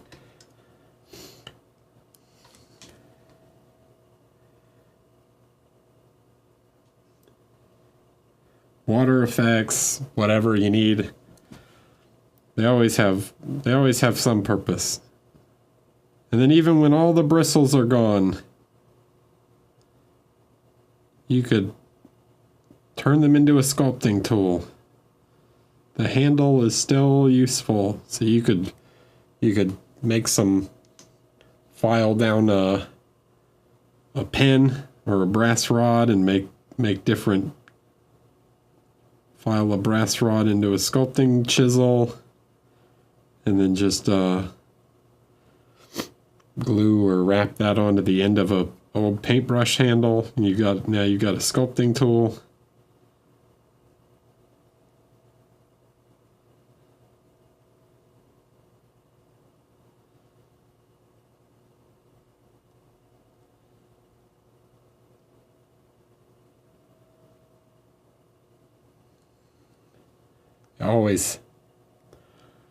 Always have some kind of use.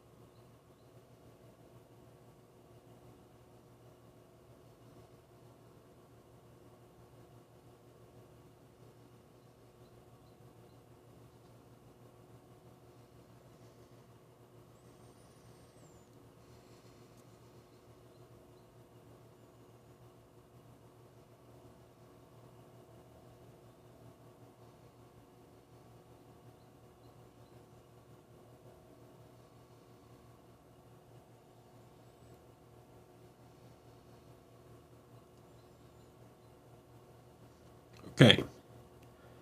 So now, this leg, well, that side of that leg's looking pretty good. This side needs another layer of white.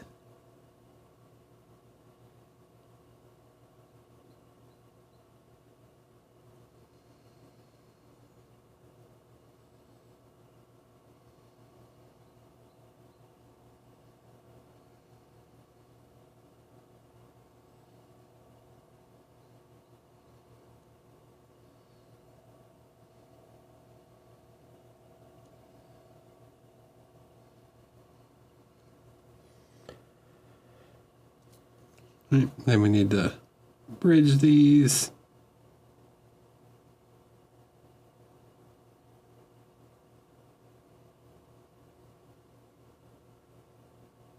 Make sure we connect the two sides.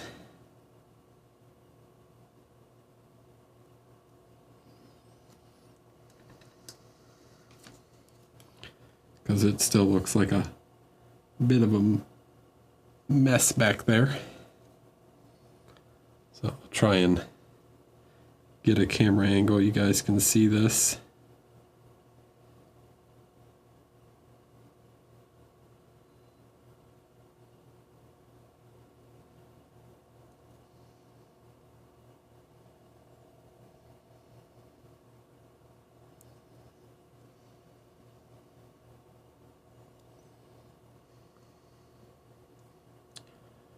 Okay.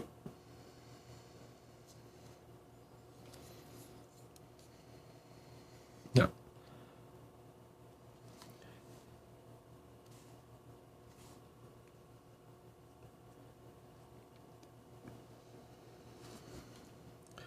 The weave is a little harder because we have to think about like where it crosses over. So I'm looking at the sculpt and it goes under here. So I got to paint the edge, and then leave the gap, right, for the part of the sandal that goes over top. Then this one goes over. Paint the edge of the sandal. Then this one goes over that one. And this one goes under.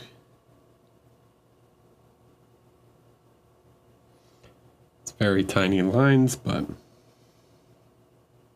right, that one goes over, then under the other one.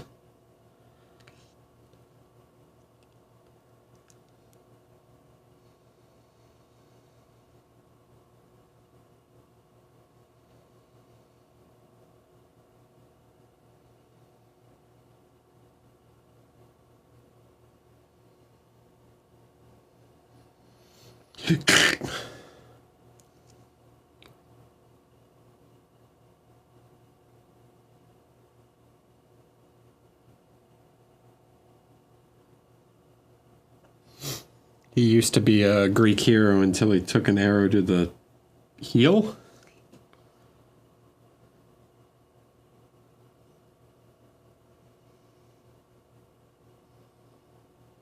Trying to make a Skyrim reference there, but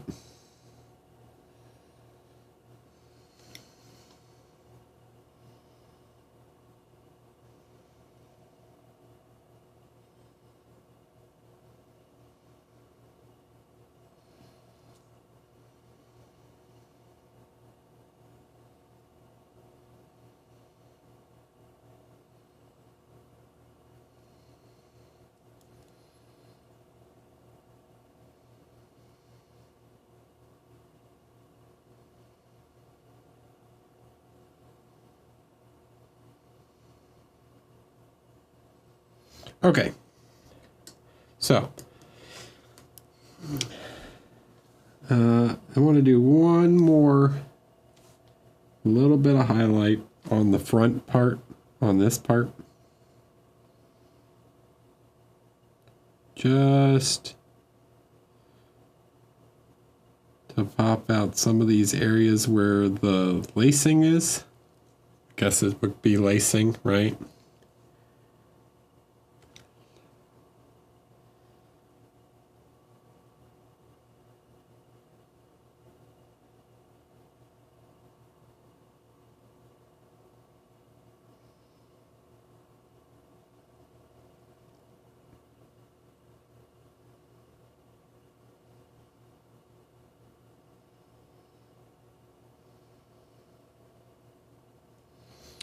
Okay.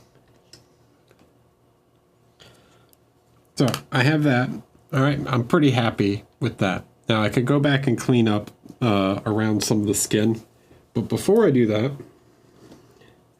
I'm going to take some wood grain. We've talked about wood grain before, but wood grain and smoke. One's a little more yellowy, one's a little more red. It's like an ink, but it's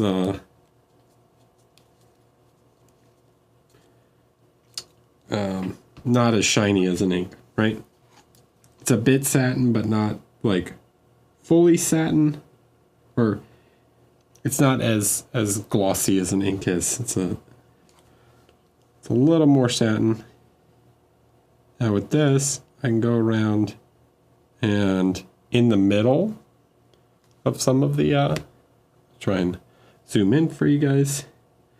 So right down the middle of the strap, I can paint a little bit of a line to try and add some like richness back to the leather, right? Bring some of that saturation back, bring some of that color depth back to the leather and make that feel a little more warm. If you do too much, you can always go back and edge highlight a little more. Like here in the weave, got just a little too bright overall, so I'm basically going to use it just like a glaze over top of it.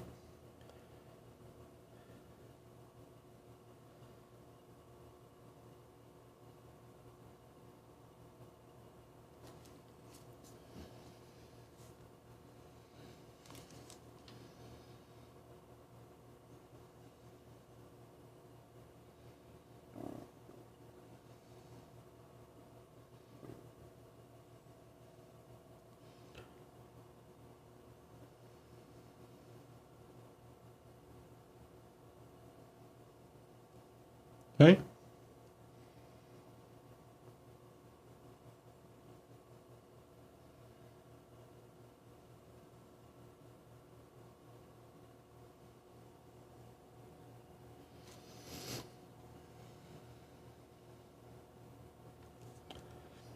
And that's enough to restore some of that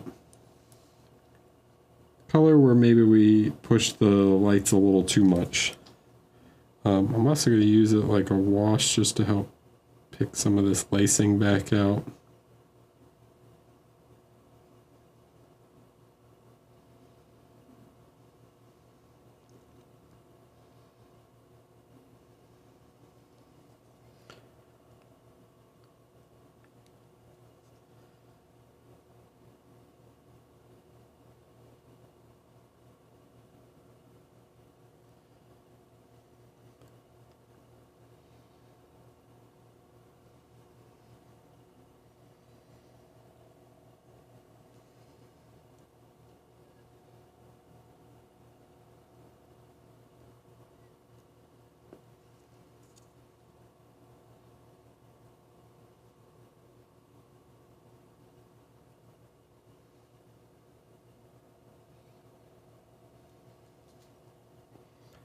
Cool, easy, anyone can do it.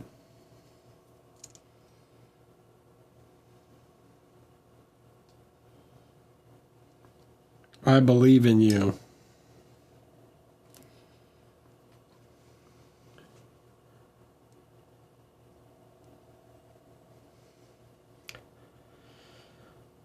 Welcome back, Richard. Not even going to read that aloud.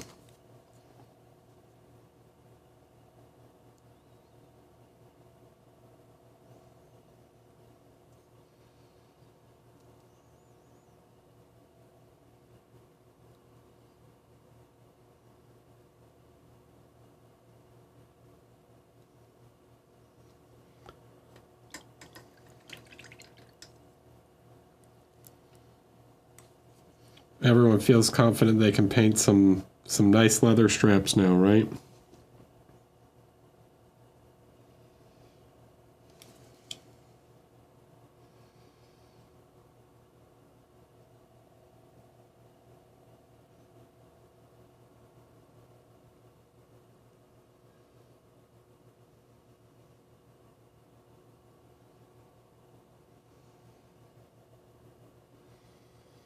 Oh, there's so many more leather things to go. A whole nother leg and his arm. Easy.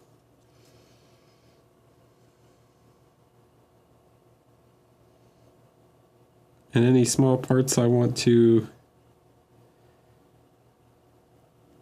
just push a little more light into. Okay, so now that I've done that, right, now I can go back and I can look at some of these areas where, like here, right, where maybe this is not as smooth as it could be or well defined for the skin, right? So what I'm going to do, and this is a game of color matching, right? I've got to find that tone.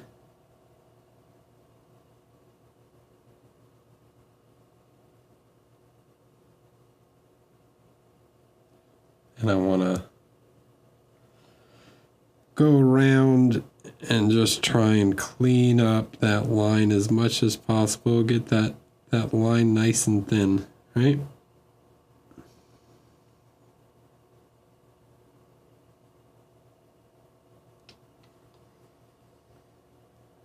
So sharpens up that.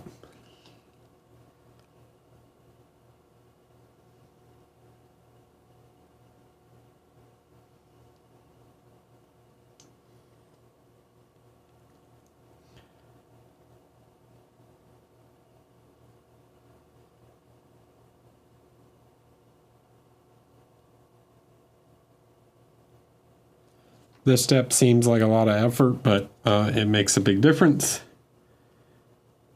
Just makes that separation really sharp and clean.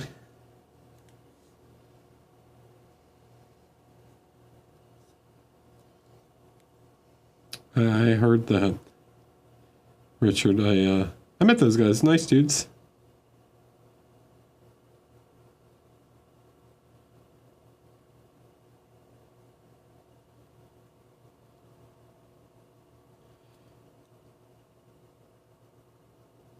Okay.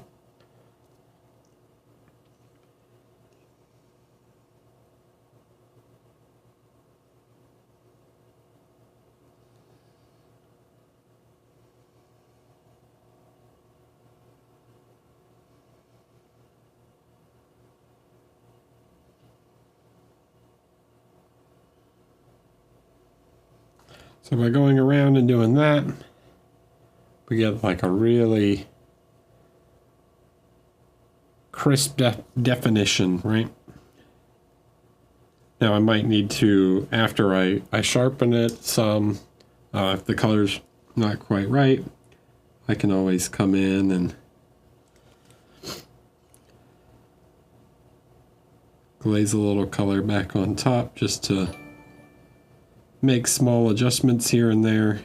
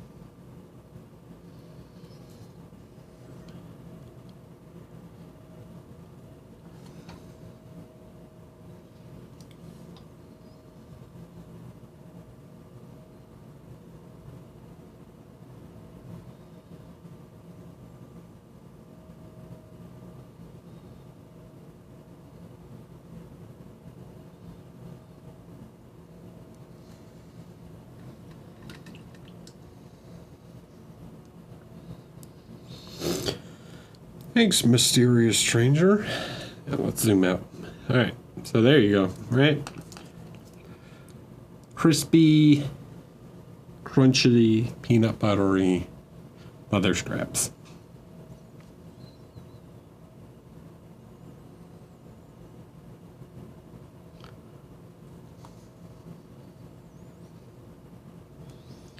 I can go around and I can add more to the skin in between, but you get the idea. Okay? So, blonde hair, right, is not yellow. Okay? I have blondish hair. It's not yellow. So, we need tones. It's more desaturated, right? So we have, I don't even remember what color I used as a base. Some kind of yellowish, some kind of orangish brown. Wasn't leather brown, that's not quite right. Could have been mixed with some orange. We can do that. I need something more yellow ochre for blonde.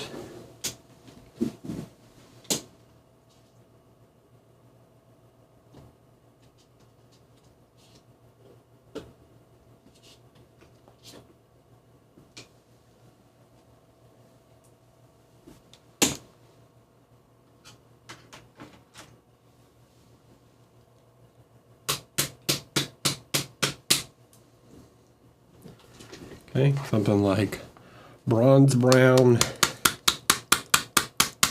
The name's not important, right? Forget about the names.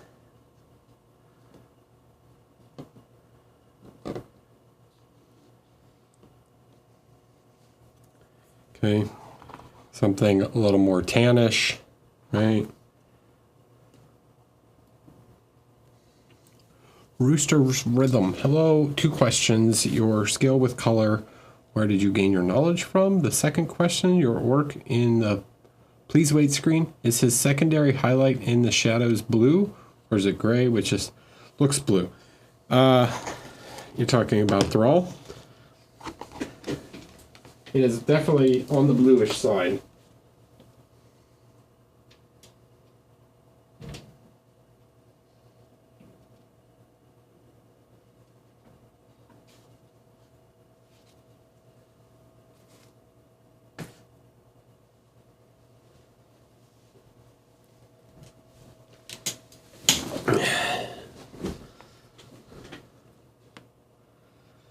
So, right. So lots of warm yellow. This is actually more like yellowish than green, right? Like if I hold up a green, you can see how much more green that is than that, right? The final light is actually surrounded by green, but it's actually more of a kind of yellowish tone, maybe something like this, right? And then this in the shadows is very blue. You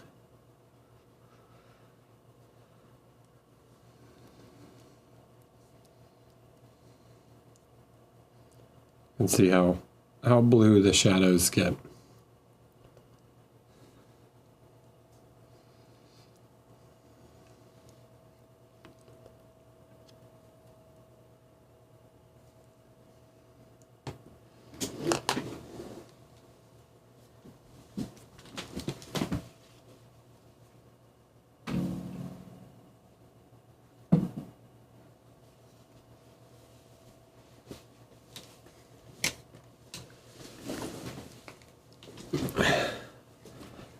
As far as my knowledge of colors, that's just a practice thing, right?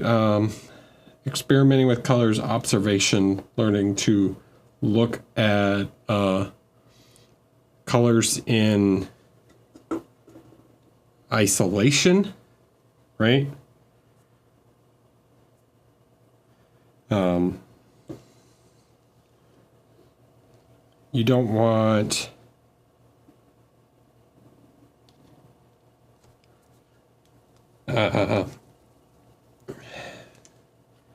you need to be able to see colors on their own. Okay?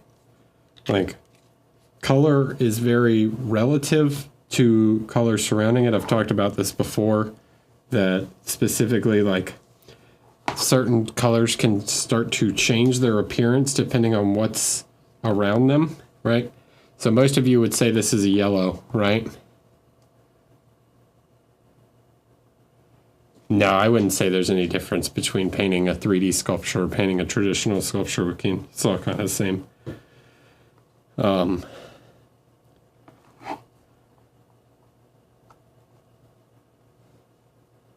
So, right?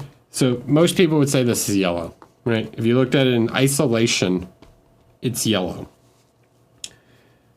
Now, what happens if I take a color like this, right?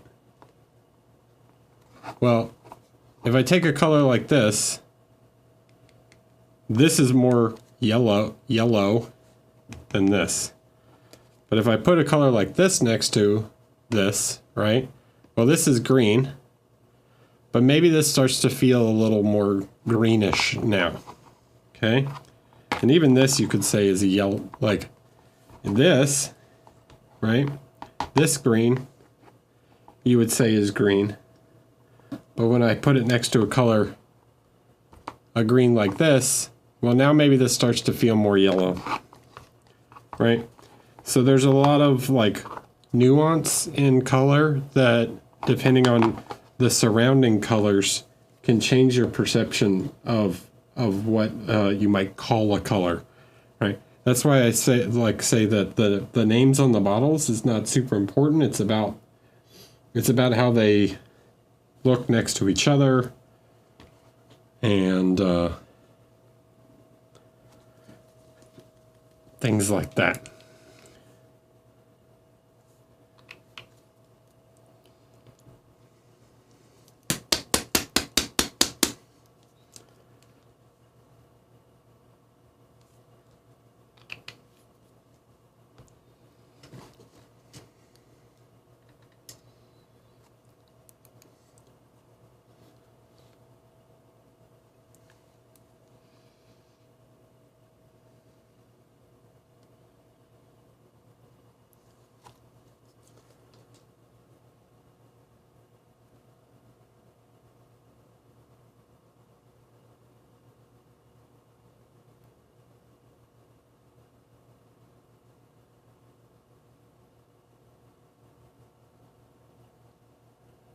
Okay, so painting hair, right? Notice I'm not, I always, when I'm painting hair, I always try and paint the brush strokes in the direction that the hair is flowing. I'm not necessarily worried about the sculpt of the hair. I don't want to just sit here and like try and edge highlight all the hair, right? Because then it becomes very stringy, too stringy. The hair starts to look too thick. Little Sugar Bear and Wee Beastie, thanks for following. I don't want the hair to look like spaghetti. Okay, what I call spaghetti hair. So I'm more interested in the larger, like, clumps of hair, right? And the flow and directionality of the hair. Okay. I can paint the texture on top of the hair. I'm more interested in the rough volumes of the hair.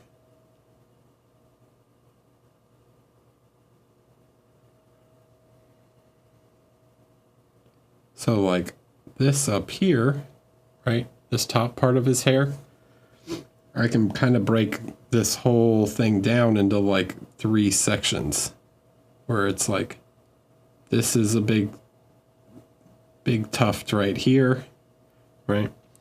Big clump of hair.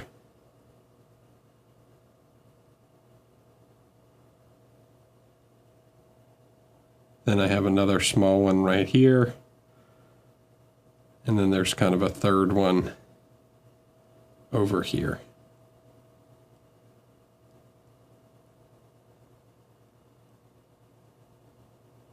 So I have sort of 3 sections of hair, right? Then you've got another one right here.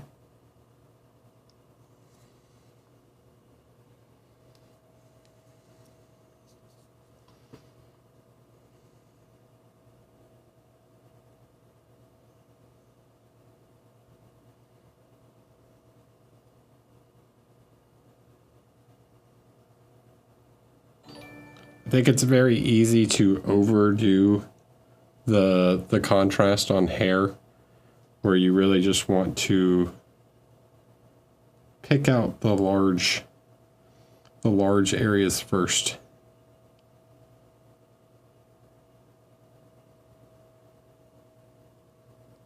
Always big shapes, then slowly building up to the smaller shapes, right?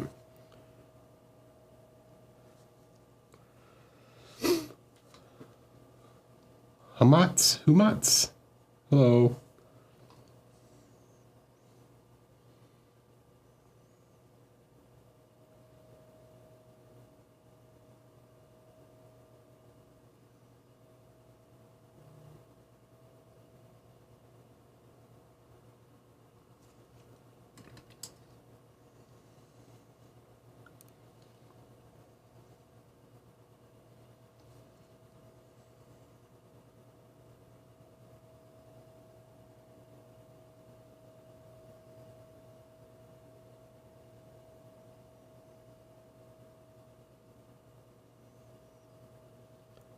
See? So big chunky sections. If I left that extreme dark color inside all of these individual strands, his hair would look way too stringy at the end. It would look almost like dreads, because the sculpt cannot be fine enough to create like individual hairs, right? Even on me, like this, right? Like I could take like this. That's like the thickness of what would be like one sculpted strand of hair on him. And this is like 100 hairs.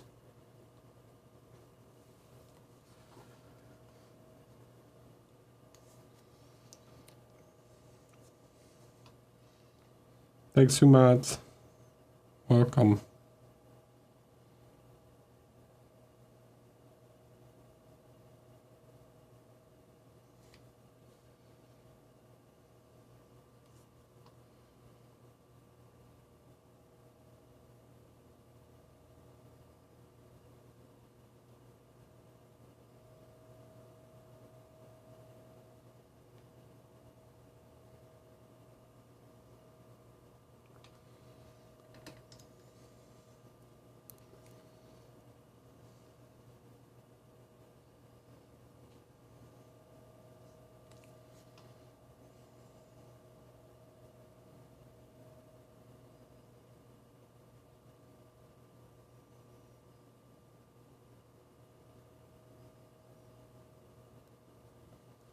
Okay, so we get the big shapes in, like so.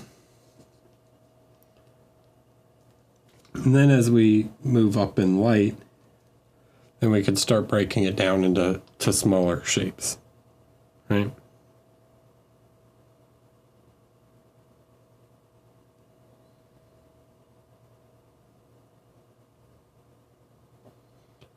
Using the brush to start to create some texture, like I'm using the directionality of the brush stroke to create texture. I'm also interested in where like the reflections on the hair would be. Hair is very similar to metallic. It's one of the reasons I recommend, even if you don't like the look of non-metallic metal, learning the concepts of non-metallic metal can be very useful, because a lot of materials share similar properties to non-metallic. hair. For example, anything like silk, right? These all share similar reflective properties. So I can think about like his head here, right? And I can do the same thing. I do this a lot in the class. But if I go like this, right, you can see like where the main light is on my head. It's like right here, right? It's not on top. It's kind of down in front, right? It's like this 45. Okay? And it runs in like a band across my head and not just down in every individual strand. So when I go to paint that light across his forehead, right? When I go to add light to these hairs, I don't want them to run all the way down. I want them to run like right here, right? Sorry.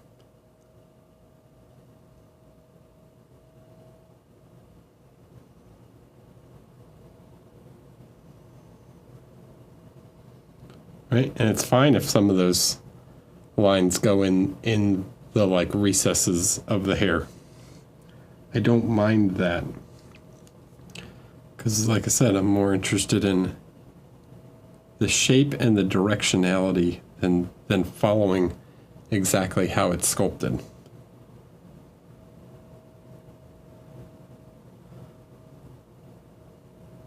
Let the sculpt inform you where the light should be, but don't feel the need to follow it exactly and try and,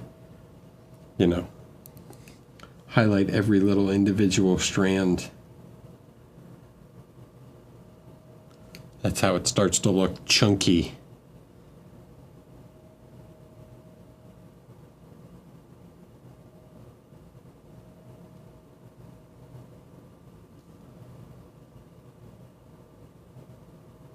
Hair is pretty smooth, right? Can be kind of silky.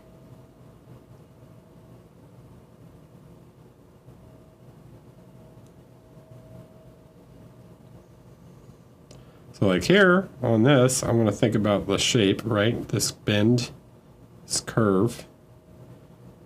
And this curve is going to get a similar reflection across it, right?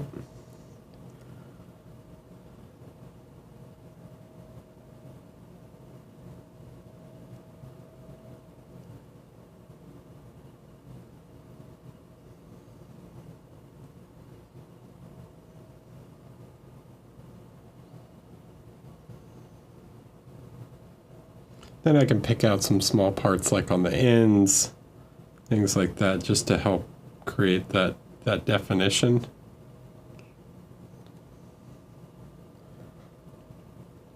Okay.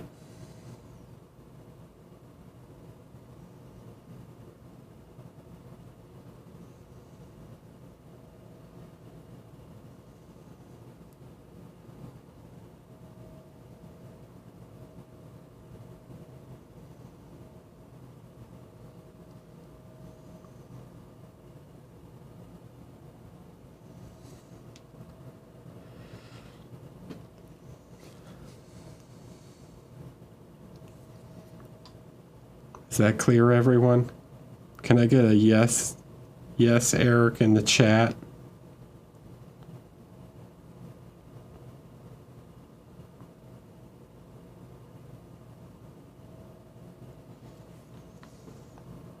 Thanks.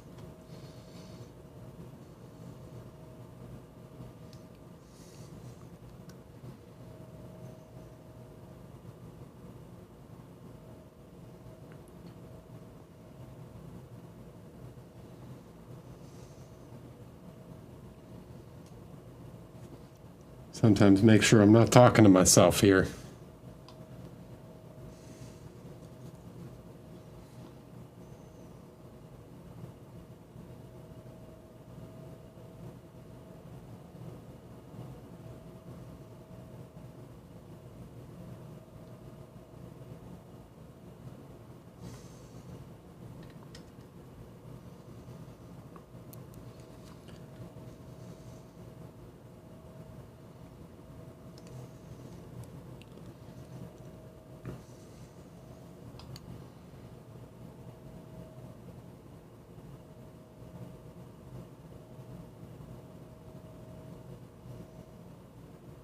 right? So like here, where I've got this kind of crevasse in the hair, right? Light would still hit down in there, right? And it follows the same shape as the other one. So that it would still get light down inside there.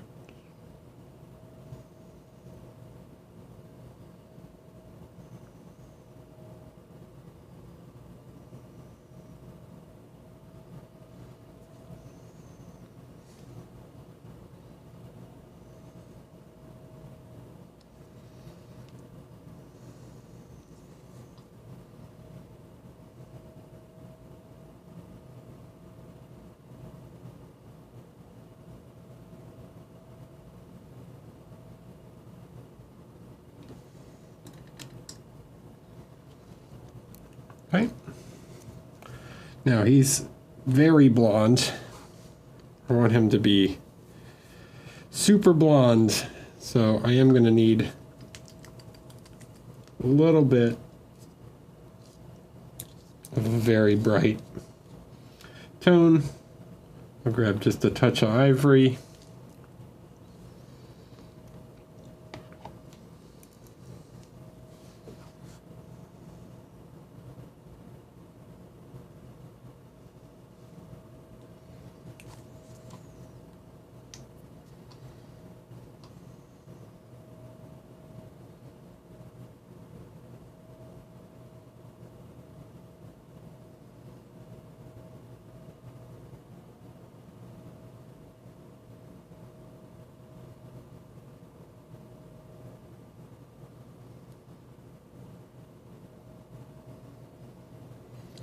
Right, if I want to give him that platinum blonde look.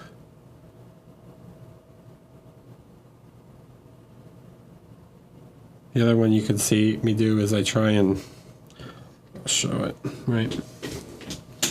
My sheet of paper again. Right? So a lot of times when I'm painting hair, I'm trying to create these kind of shapes. Right? So I'm not just painting like line, line, line, right?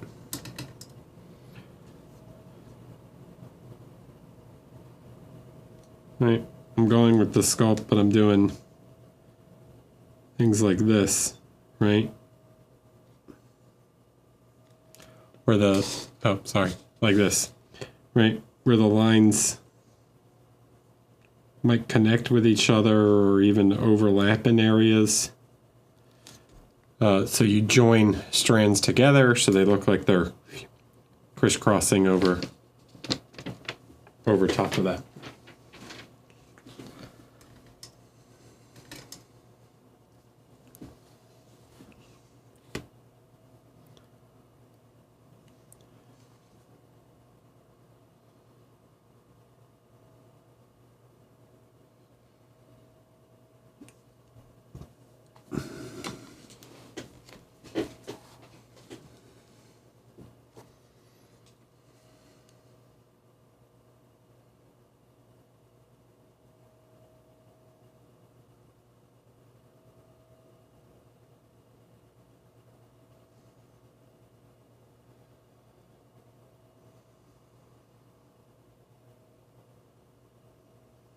You're welcome.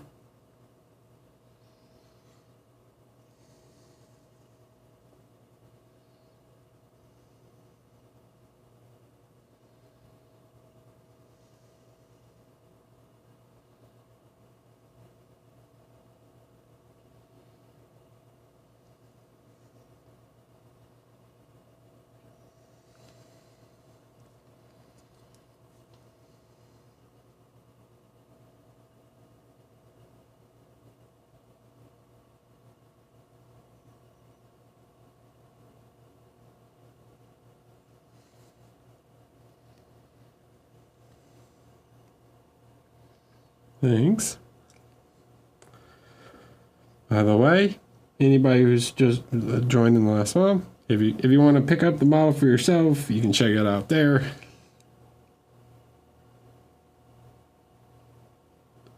Or if you're watching on YouTube later, you can find it in the description below.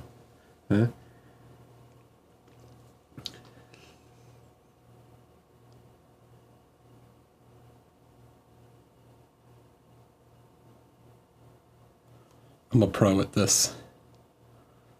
Not the painting thing.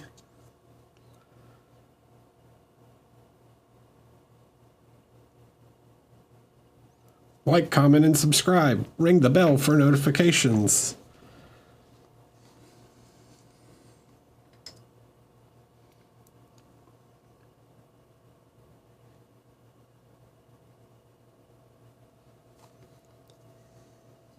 Come on.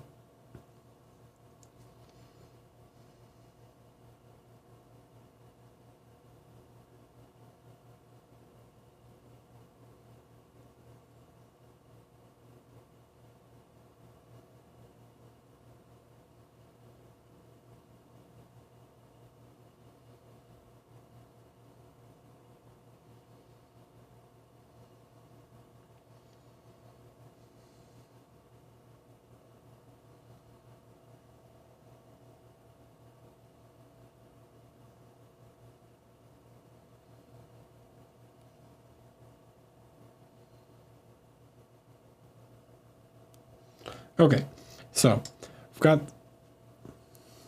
close to the shape I want, or the kind of look I want. Notice that there's this one strand underneath that looks very underlighted right now. We want to get some of this in here.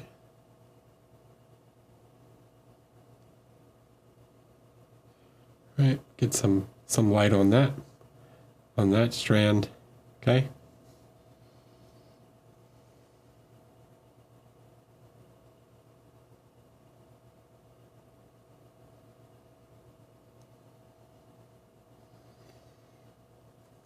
All right. Now, if I want to bring back some definition, okay, I can grab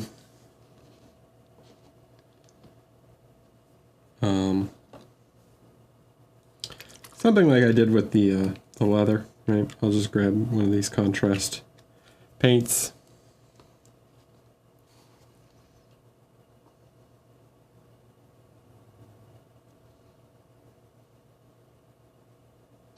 And now I'm not going to use it like I'm not going to wash over it, but in areas where I want to just increase the definition, some separation in the tufts a little more.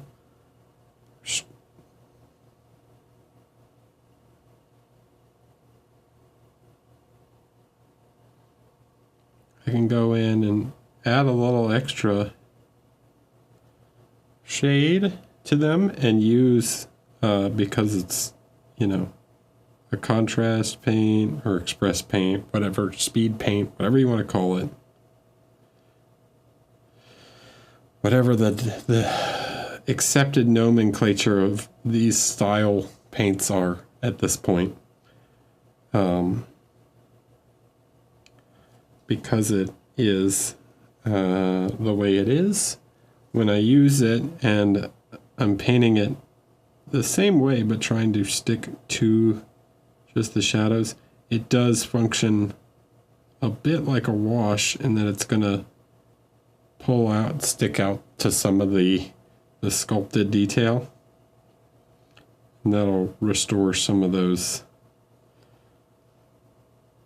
individual strands a little more. Here on the back of the head, it's much more in shadow. So it's okay if I go over a bit more.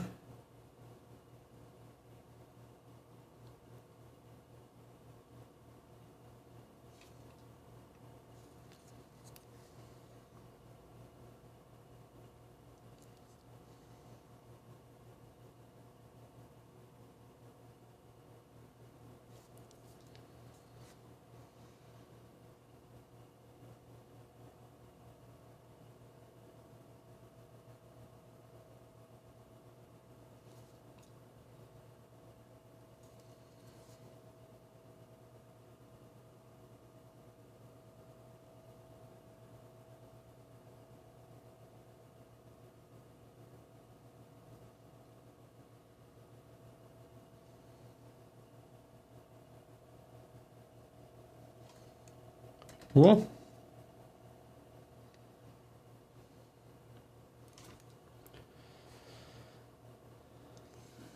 And then once that dries, then I can come back and clean up anywhere where it looks like I need just a little more light, right? So like on this hair,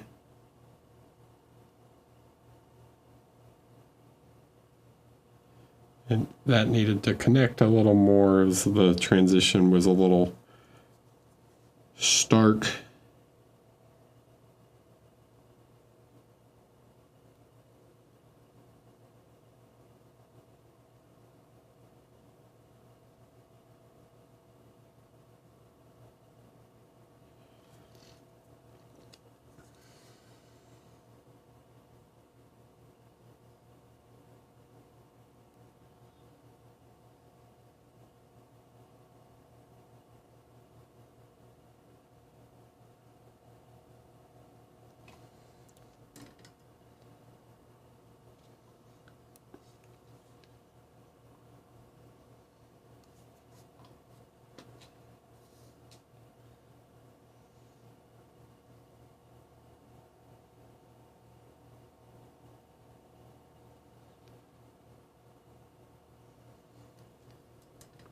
Yes.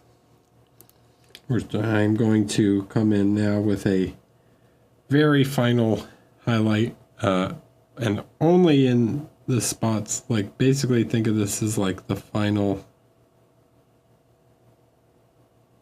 little dot highlights. I just want the like most subtle, brightest highlight, right?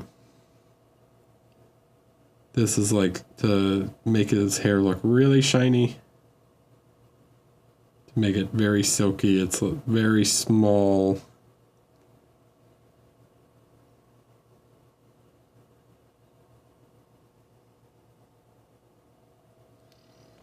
extremely small little sections of very bright lights. And I don't do it everywhere.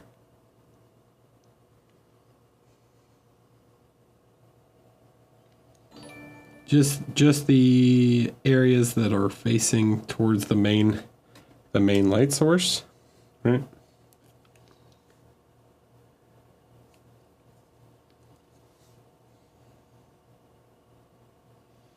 RJ Giddings, hello.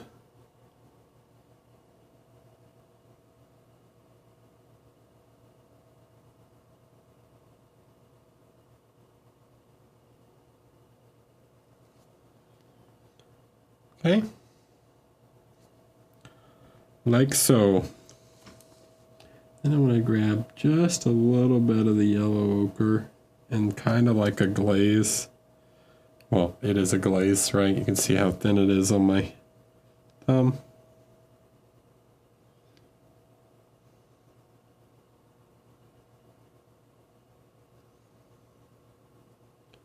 Lose too much of the yellowish mid-tone. Notice I say yellowish, not actually yellow. I don't want his hair to be yellow like the armor. I can bring a little bit of that color back in with the glaze. And it's a very small touch at the transition point between the like brightest light and the like midtones.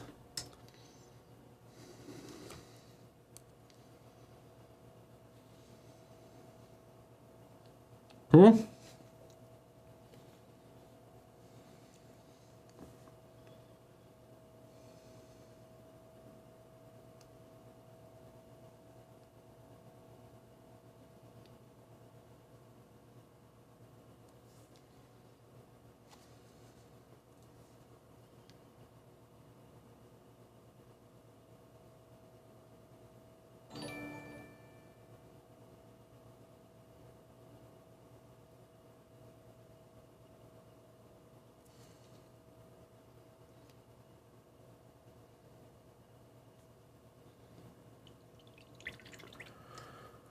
Robro Cop, hello. Welcome. Thanks for following. Okay. Cool. So,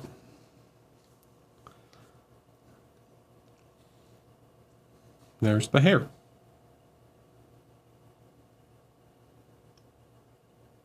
Thanks. Yes, I stream every Wednesday.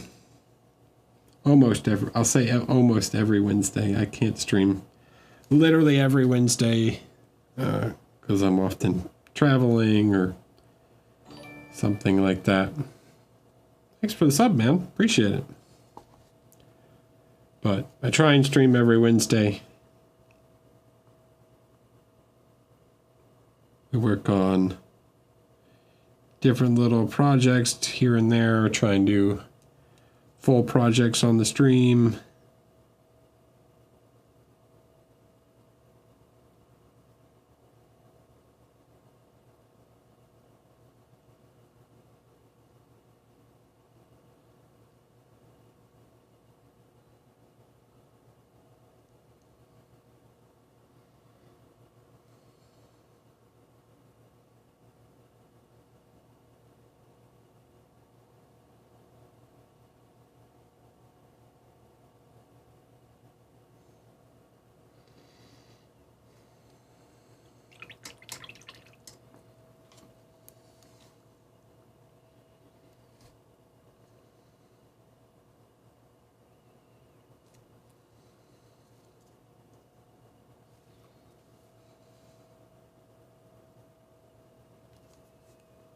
Thanks. It's just,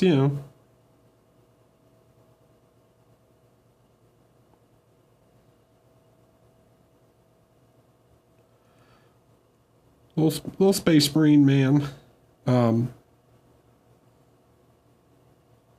If you want to check it out, there's all of the stream replays are on YouTube. Just search Eric Swinson on YouTube. You can find all the old streams. There's one where I painted the Blood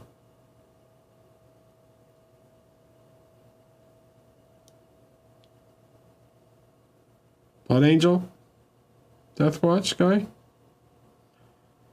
So if you want to see how I did the if you want to see how I did the Black Templar, the Blood Angel is basically the same. Or if you want to watch any of the rest of the streams.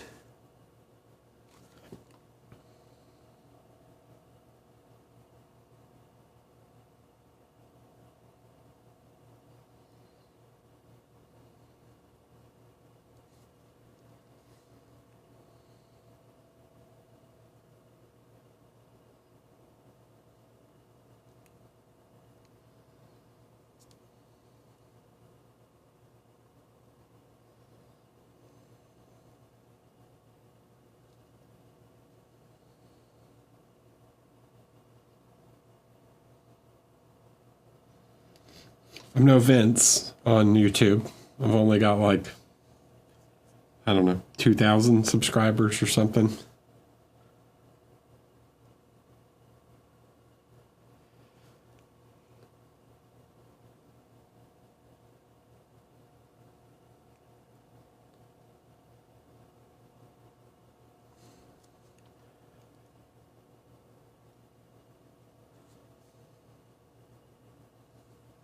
Well, there we go.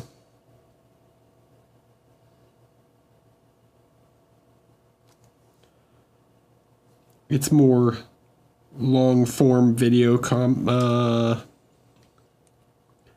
long form content, like I get a lot of people want to watch like 10-minute tutorials on how to paint a power sword or whatever, so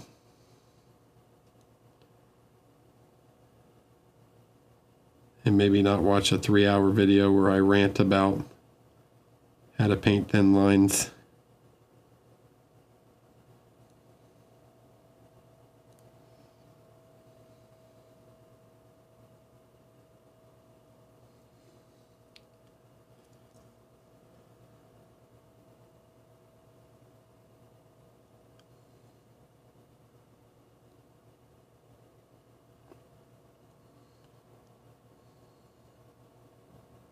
That's very true, because I don't have time to do all the editing.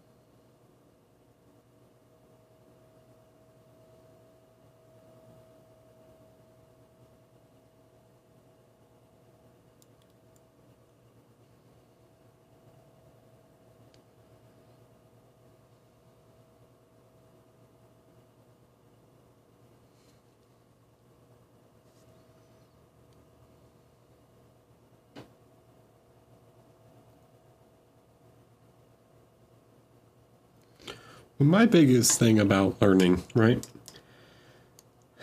Learning in general how to paint is that any technique should be applicable to multiple situations, right?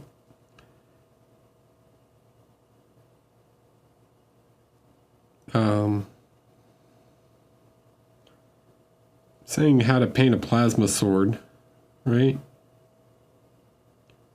Let's use plasma weapon, for example.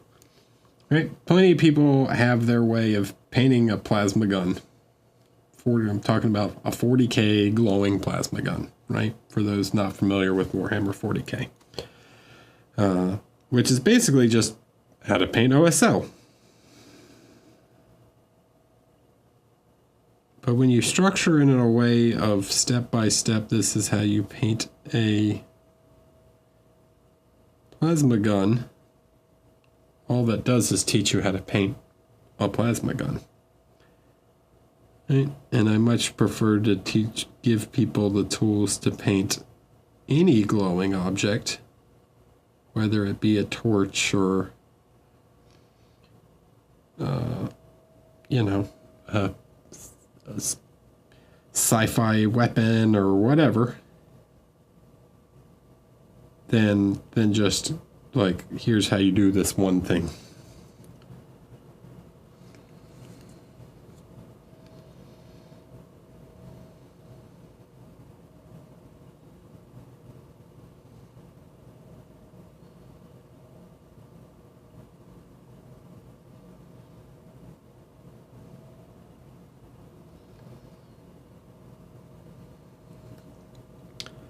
Like, one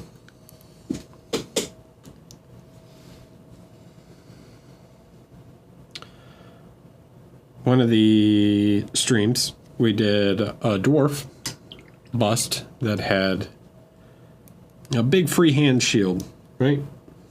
Did a bunch of freehand on the shield. All the concepts that I went over in like how to freehand, right, could be applied to painting literally any symbol you want, and not just here's how to do this one thing.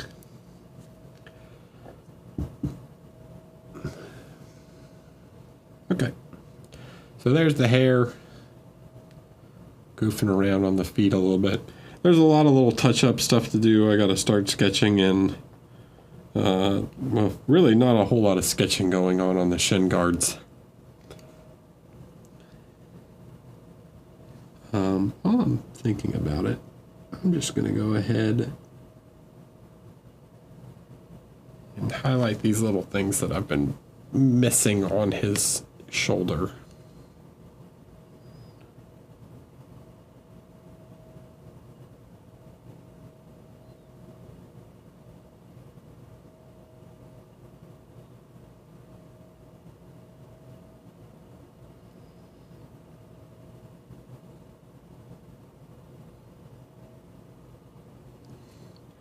Right, but you give people the tools, and then they can apply them however they see wherever it's needed, right?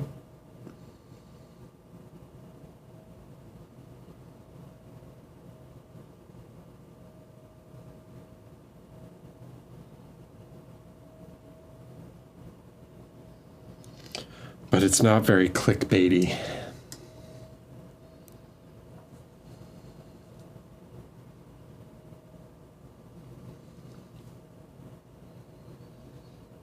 Have we done tattoos yet?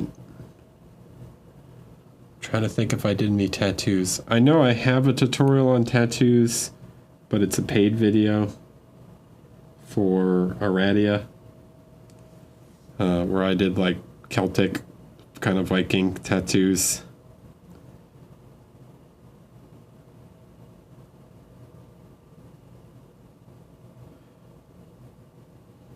Like Norse runes and things. I don't know if I've... I don't know if we... Oh, no, I have a whole video on tattoos. We did the Shiv bust. There's an elf bust. You'll see her on the YouTube.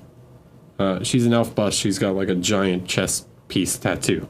So if you want to see about doing tattoos, because they're same concept with freehand, but tattoos slightly different because they have to like blend well with the skin. There's a whole long video on that too.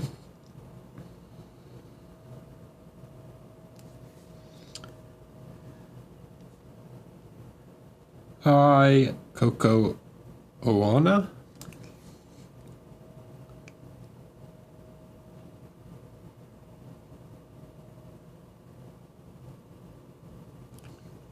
But yeah.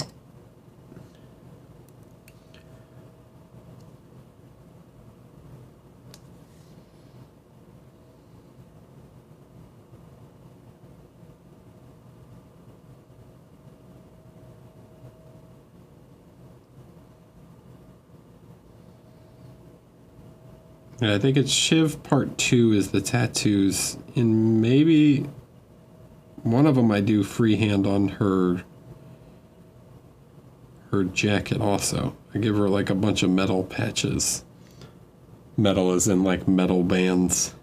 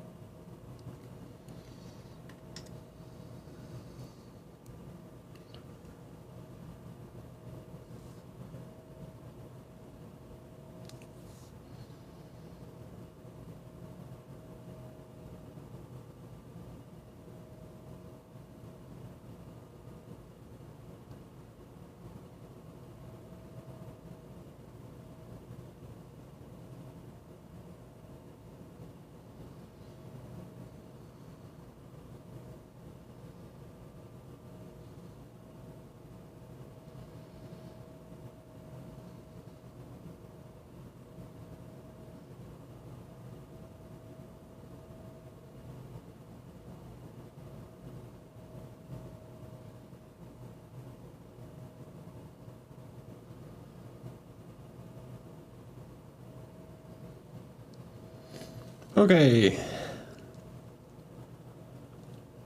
think that's pretty good for the night. Went over a few things like leather straps and hair. Touched up the skin a little bit. Next week, we will continue with the gold, I guess. Or we could work on the base some or something. We'll figure it out.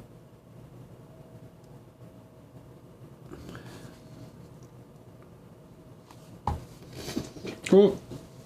All right, guys. Thanks for hanging out. Let me see if, what time do you stream on Wednesday? 6 p.m. Eastern Standard Time.